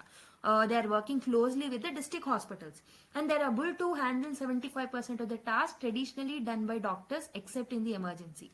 And technology ni kuda use chestunaru, mobile phones ni and also electronic health records ni, okay, to enhance the coordination among the healthcare teams. They are using the technology also. So కొన్ని global examples ని కూడా ఈ ఆర్టికల్లో mention చేయడం జరిగిందనమాట. So public health systems in South India ఏదైతే ఉంటుందో so they are the model for integration and also they are working very very efficiently southern part of ఇండియాలో. And also we have taken inspiration from the UK model of national health services. Okay, యూకేలో ఎలా అంటే decentralised health services చూస్తామన్నమాట and equitable health care services చూస్తామన్నమాట. Okay, వాటి నుంచి మనం inspire అవ్వచ్చు అని చెప్పేసి ఇక్కడ మెన్షన్ చేయడం జరిగింది. Okay, and also there are some challenges that are highlighted in this article. ఒకటి, హెల్త్ ఇన్ఈక్వాలిటీస్ ని మనం తగ్గించగలగాలి. అండ్ దాంతో పాటు we have to strengthen the primary care ని స్ట్రెంగ్థెన్ అప్ చేయాలి. And we have to come up with preventive systems అనమాట. Okay, so అలా చేస్తే మనం యూనివర్సల్ హెల్త్ కేర్ ని అచీవ్ చేయగలుగుతాం. Okay, so universal health coverage అంటే ఏమని చెప్పాను, ప్రతి ఒక్కరికి హెల్త్ కేర్ అనేది యాక్సెసిబుల్ గా, అఫోర్డబుల్ గా సర్వీసెస్ అనేవి అందాలి. So it is focusing on 143 crore population. 38% children ఉన్నారు, 11% సీనియర్ సిటిజన్స్ ఉన్నారు. So this is according to 2011 census. So universal health coverage ద్వారా we are going to provide health insurances, quality health care, legislative entitlements to all the people. Okay, to all the 143 crore people. So what are the proposals for the UHC? So నేను చెప్పినట్టు integrated health system, national health system ద్వారా మనము promotive, preventive and curative health మీద focus చేస్తున్నాము. Private health care system ని కూడా integrate చేయడానికి try చేస్తున్నాము. 3 tier హెల్త్ కేర్ మోడల్ ని తీసుకొస్తున్నాం. And we are trying to improve the quality and accessibility. దానికోసం హెల్త్ కేర్ వర్కర్స్ ద్వారా మనము సపోర్ట్ తీసుకుంటున్నాం. I have told you that 40,000 people ని సర్వ్ చేస్తున్నారు and they are able to provide 75% of the doctor task. And mobile phones and electric health records ఏవైతే ఉన్నాయో వాటిని కూడా మెయింటైన్ చేస్తున్నారు అనమాట. సో టెక్నాలజీని కూడా ఇంటిగ్రేట్ చేస్తున్నారు. So they will use the technology in remote diagnosis and also monitoring the world-class research centers. So restructuring the governance, autonomous healthcare organizations ni kuda establish chestunnamo in order to ensure the accountability. Human resource development anedi kuda avasaram. There is a need for appropriately trained professionals.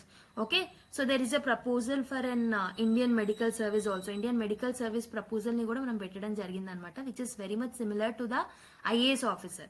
Okay, for the district level administration.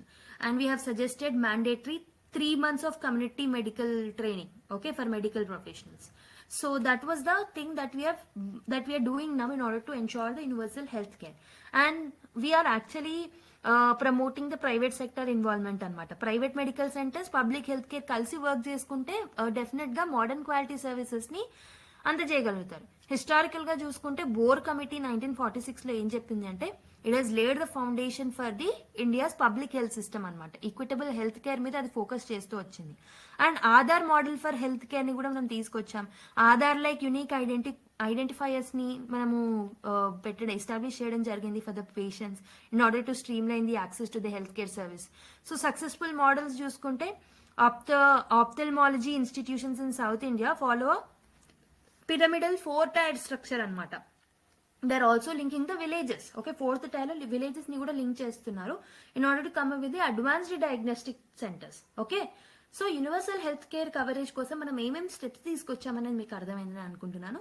We have come up with the 3 tier model, technology integration చేస్తున్నాం, human resource development చేస్తున్నాం, దీంతో పాటు restructured governance systems ని మనం తీసుకొస్తున్నాం, community based health care workers ని మనం empower చేస్తున్నాం. And we are integrating national health system అనమాట. ఇంటిగ్రేటెడ్ నేషనల్ హెల్త్ సిస్టమ్ తో ముందుకు వచ్చాం. Okay, so this is about this article. I hope you have understood. Now let's go to another article. So let's look at this particular article. What do Trump's early decrease signal అని చెప్పేసి ఒక article రాయడం జరిగింది. So context of the article is discussing the implications of early executive orders which was signed by the US president Donald Trump అనమాట. Okay, so ఈ executive orders ఎలా ఉన్నాయి? They are focusing on domestic and foreign policy changes, controversial decisions తో ముందుకు వచ్చారు, legal challenges తో ముందుకు వచ్చారు అనమాట.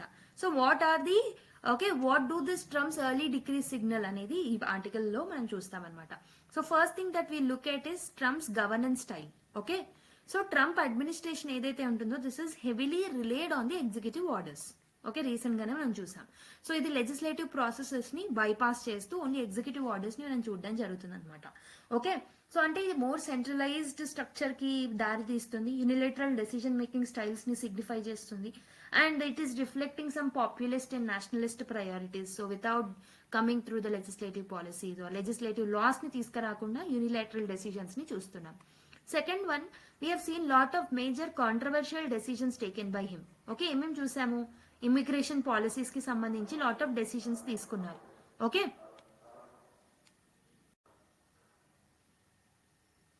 ఒక ఒకటి వచ్చేసి బార్డర్ కంట్రోల్స్ చూస్తున్నాం. Okay, border controls. So specific reasons ని బ్యాన్ చేయడం, లైక్ ముస్లిం మెజారిటీ కంట్రీస్ ని బ్యాన్ చేయడం. And this has spark the legal challenges. So immigration policies అనేవి లీగల్ ఛాలెంజెస్ కి దారి తీస్తున్నాయి.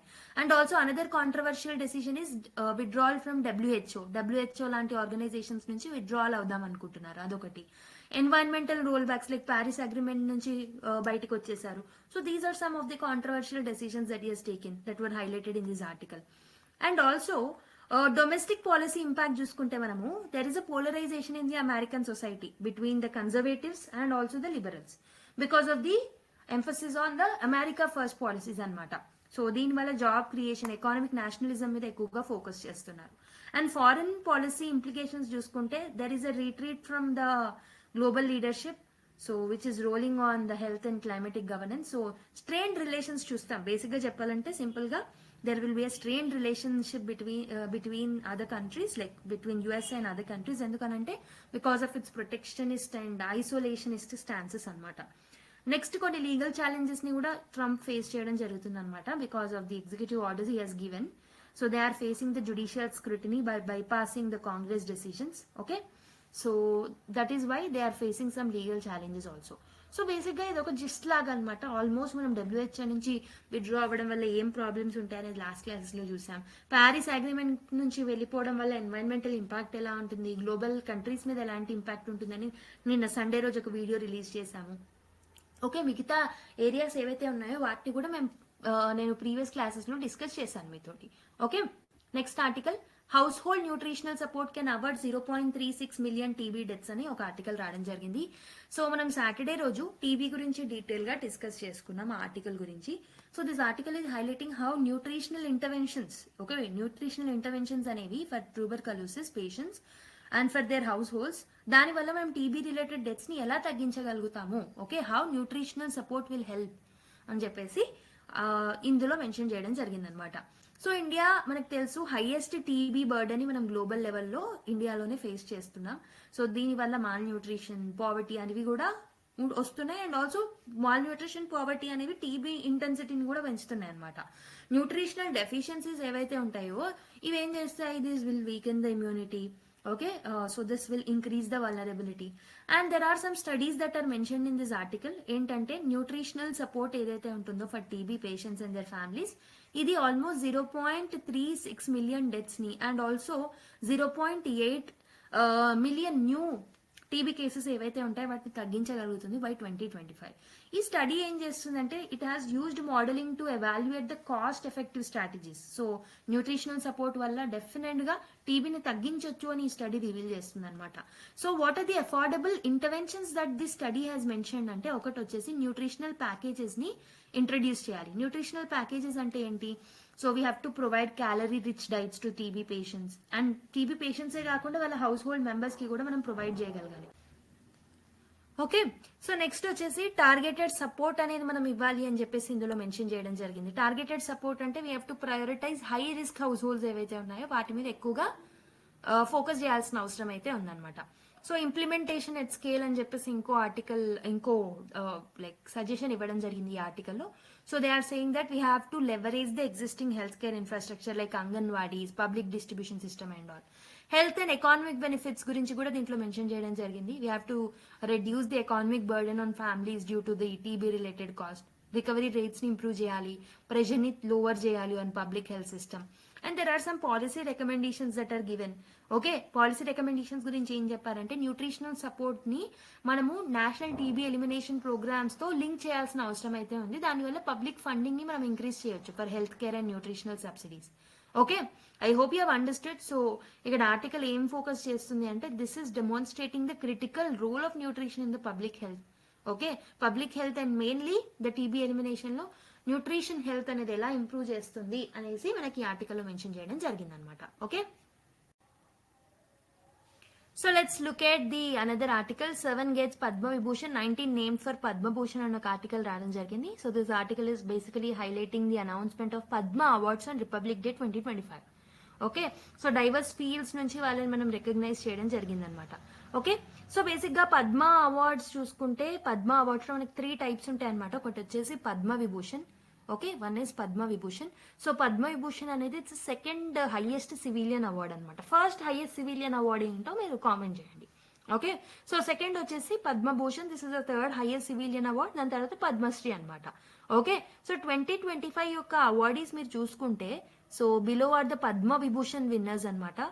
దువ్వూర్ నాగేశ్వర్ రెడ్డి అనే పర్సన్ మెడిసిన్ ఫీల్డ్ నుంచి from the state of the Telangana, Duvvur Nageshwar Reddy has been awarded the Padma Vibhushan.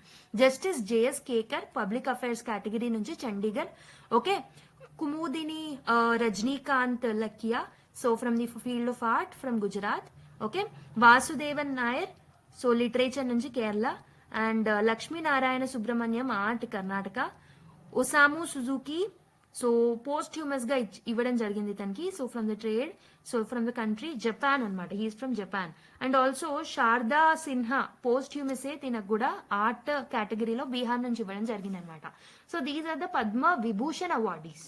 Okay, and also 19 individuals కి మనము పద్మభూషణ్ ఇవ్వడం జరిగిందనమాట. So we have recognised there achievements in arts, sports, public affairs and space. So once read this particular article so that మన Telugu states నుంచి ఉన్న వాళ్ళ names ఒక్కసారి note down చేసుకోండి. That will be important for your state exams definitely. Okay, so whatever the fields of recognition, so ఏమేమి fields లో నుంచి recognise చేస్తారు అని అంటే, సైన్స్ ఫీల్డ్ నుంచి, మెడిసిన్ నుంచి, పబ్లిక్ వర్క్ నుంచి, ఓకే, పబ్లిక్ సర్వీస్ నుంచి, సోషల్ వర్క్ నుంచి, సో ఈ ఫీల్డ్స్ లో వాళ్ళని రికగ్నైజ్ చేయడం జరుగుతుంది అనమాట. Okay, so I hope you understood. So ఇది మెయిన్లీ మనకి ఎక్కువగా వన్ డే ఎగ్జామ్స్ కి ఎక్కువగా యూజ్ అయ్యే డేటా అనమాట, more than the UPSC. Okay, so ఇక్కడ ఏంటంటే మీరు మీ స్టేట్ లో ఉన్న కేటగిరీస్ అండ్ విన్నర్స్ గురించి ఒక్కసారి మీరు డీటెయిల్ గా తెలుసుకోవాల్సిన అవసరం అయితే ఉంది. Next, army missile fire power thunders down Kartavya Path in show of strike operation options అని చెప్పేసి ఒక ఆర్టికల్ రావడం జరిగింది. So the republic day parade ఏదైతే ఉంటుందో that has showcased India's advanced missile systems అనమాట. Okay, so this reflects our defence capabilities definitely. So missile systems ఏవేవి showcase చేయడం జరిగింది అంటే, ఒకటి బ్రహ్మోస్ సూపర్సోనిక్ క్రూయిజ్ మిజైల్ ని మనం చూపెట్టాము. Okay, Pinaka multi barrel rocket launcher ని. Okay, Pralay quasi ballistic missile systems. So Pralay గురించి నేను సాటర్డే రోజు డిస్కస్ చేశాను.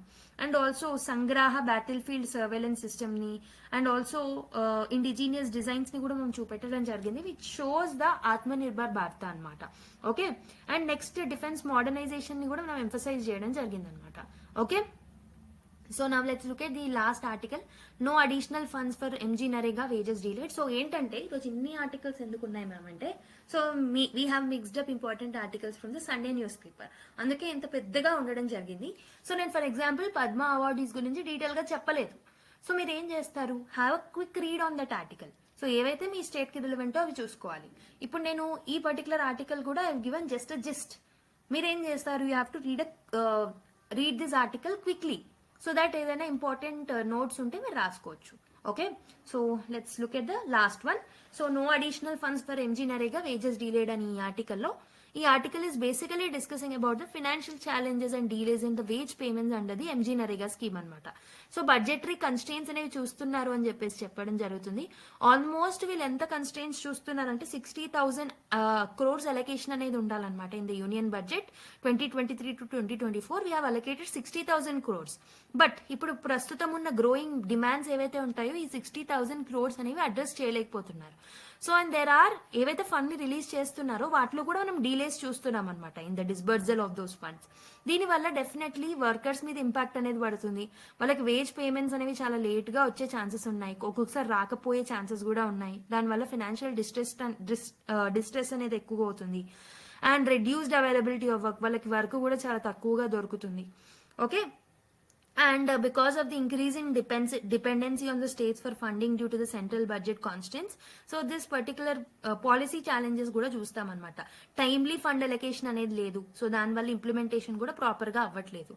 సో దీనివల్ల ఏమవుతుంది, రూరల్ ఏరియాస్ లో డిస్ట్రెస్ అనేది ఎక్కువ అయిపోతుంది, పావర్టీ అనేది ఎక్కువగా అవుతుంది అనమాట. The percentage of poverty will get increase and it will undermine the confidence of the public on the government programmes. కాబట్టి ఏం చేయాలి, బడ్జెటరీ అలొకేషన్ అనేది పెంచాలి, టైమ్లీ డిస్బర్సల్ అనేది చేయాలి. So we have to strengthen the implementation mechanisms, we have to use technology for the transparency. Okay, I hope you have understood.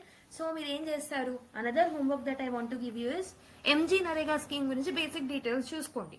Okay, ఇది only rural ఏరియాస్లో ఉంటుందా, అర్బన్ ఏరియాస్లో కూడా ఉంటుందా, స్కిల్డ్ వర్కర్స్కా, అన్స్కిల్డ్ వర్కర్స్కా, ఎన్ని డేస్ ఆఫ్ ఎంప్లాయ్మెంట్ ఆపర్చునిటీస్ని ప్రొవైడ్ చేయాలి, per house hold ఒక్కరికే ఇస్తారా, ఇద్దరికి ఇస్తారా, ఇవ్వకపోతే వాళ్ళకి ఏమైనా వేజెస్ కడతారా, లైక్ 15 days ఆర్ అంతలోపు రియాక్ట్ అవ్వకపోతే వాళ్ళకి వర్క్ దొరకకపోతే ఆ కాంపెన్సేషన్ ఇస్తారా, ఇవన్నీ బేసిక్స్ ఒక్కసారి చూసుకొని కామెంట్ చేయండి మీరు ఏమేమి బేసిక్స్ నేర్చుకున్నారో. సో యాక్టివ్ రీకాల్తో మీరు ఒకసారి కామెంట్ చేయడానికి ట్రై చేయండి. Okay, so this is one homework that I have given. ఇంకొకటి, I have asked you to read this article. Okay, quick read ఇవ్వమన్నాను ఈ ఆర్టికల్. అండ్ ఇంకో హోంవర్క్ వచ్చేసి పద్మ అవార్డు విన్నర్స్ ఎవరైతే ఉన్నారో ఒక్కసారి నేను మీ స్టేట్ కి సంబంధించినవి ఎక్కువ చూసుకోమని చెప్పాను. ఈ పద్మ విభూషణ్ అయితే అందరి పేర్లు గుర్తుపెట్టుకోండి. Okay, I hope you have understand. So these are the 3 important homeworks. అండ్ దీంతో పాటు ప్యారిస్ అగ్రిమెంట్ కి సంబంధించిన ఆల్రెడీ వీడియో రిలీజ్ చేశాను కాబట్టి ఇందులో నేను డిస్కస్ చేయలేదు, ఆ వీడియో చూడమని చెప్పాను. So these are the 4 things that you have to do it for me. Okay, for today. సో మనం సండే రోజు నుంచి కూడా ఇంపార్టెంట్ ఆర్టికల్స్ ని పిక్ చేసుకొని ఈరోజు ఇంక్లూడ్ చేసుకున్నాం. That is the reason the వీడియోలో నెంబర్ ఆఫ్ ఆర్టికల్స్ ఎక్కువగా ఉన్నాయి ఈరోజు. Okay, so I hope you have understood and మీకు అన్ని ఆర్టికల్స్ అర్థమయ్యాయని అనుకుంటున్నాను. నెక్స్ట్ క్లాస్లో కలుద్దాం మరి. Until then take care, bye. Video నచ్చినట్టయితే లైక్ చేయండి, give your feedback to the comment box and please subscribe to our channel. Thank you everyone, keep smiling, bye.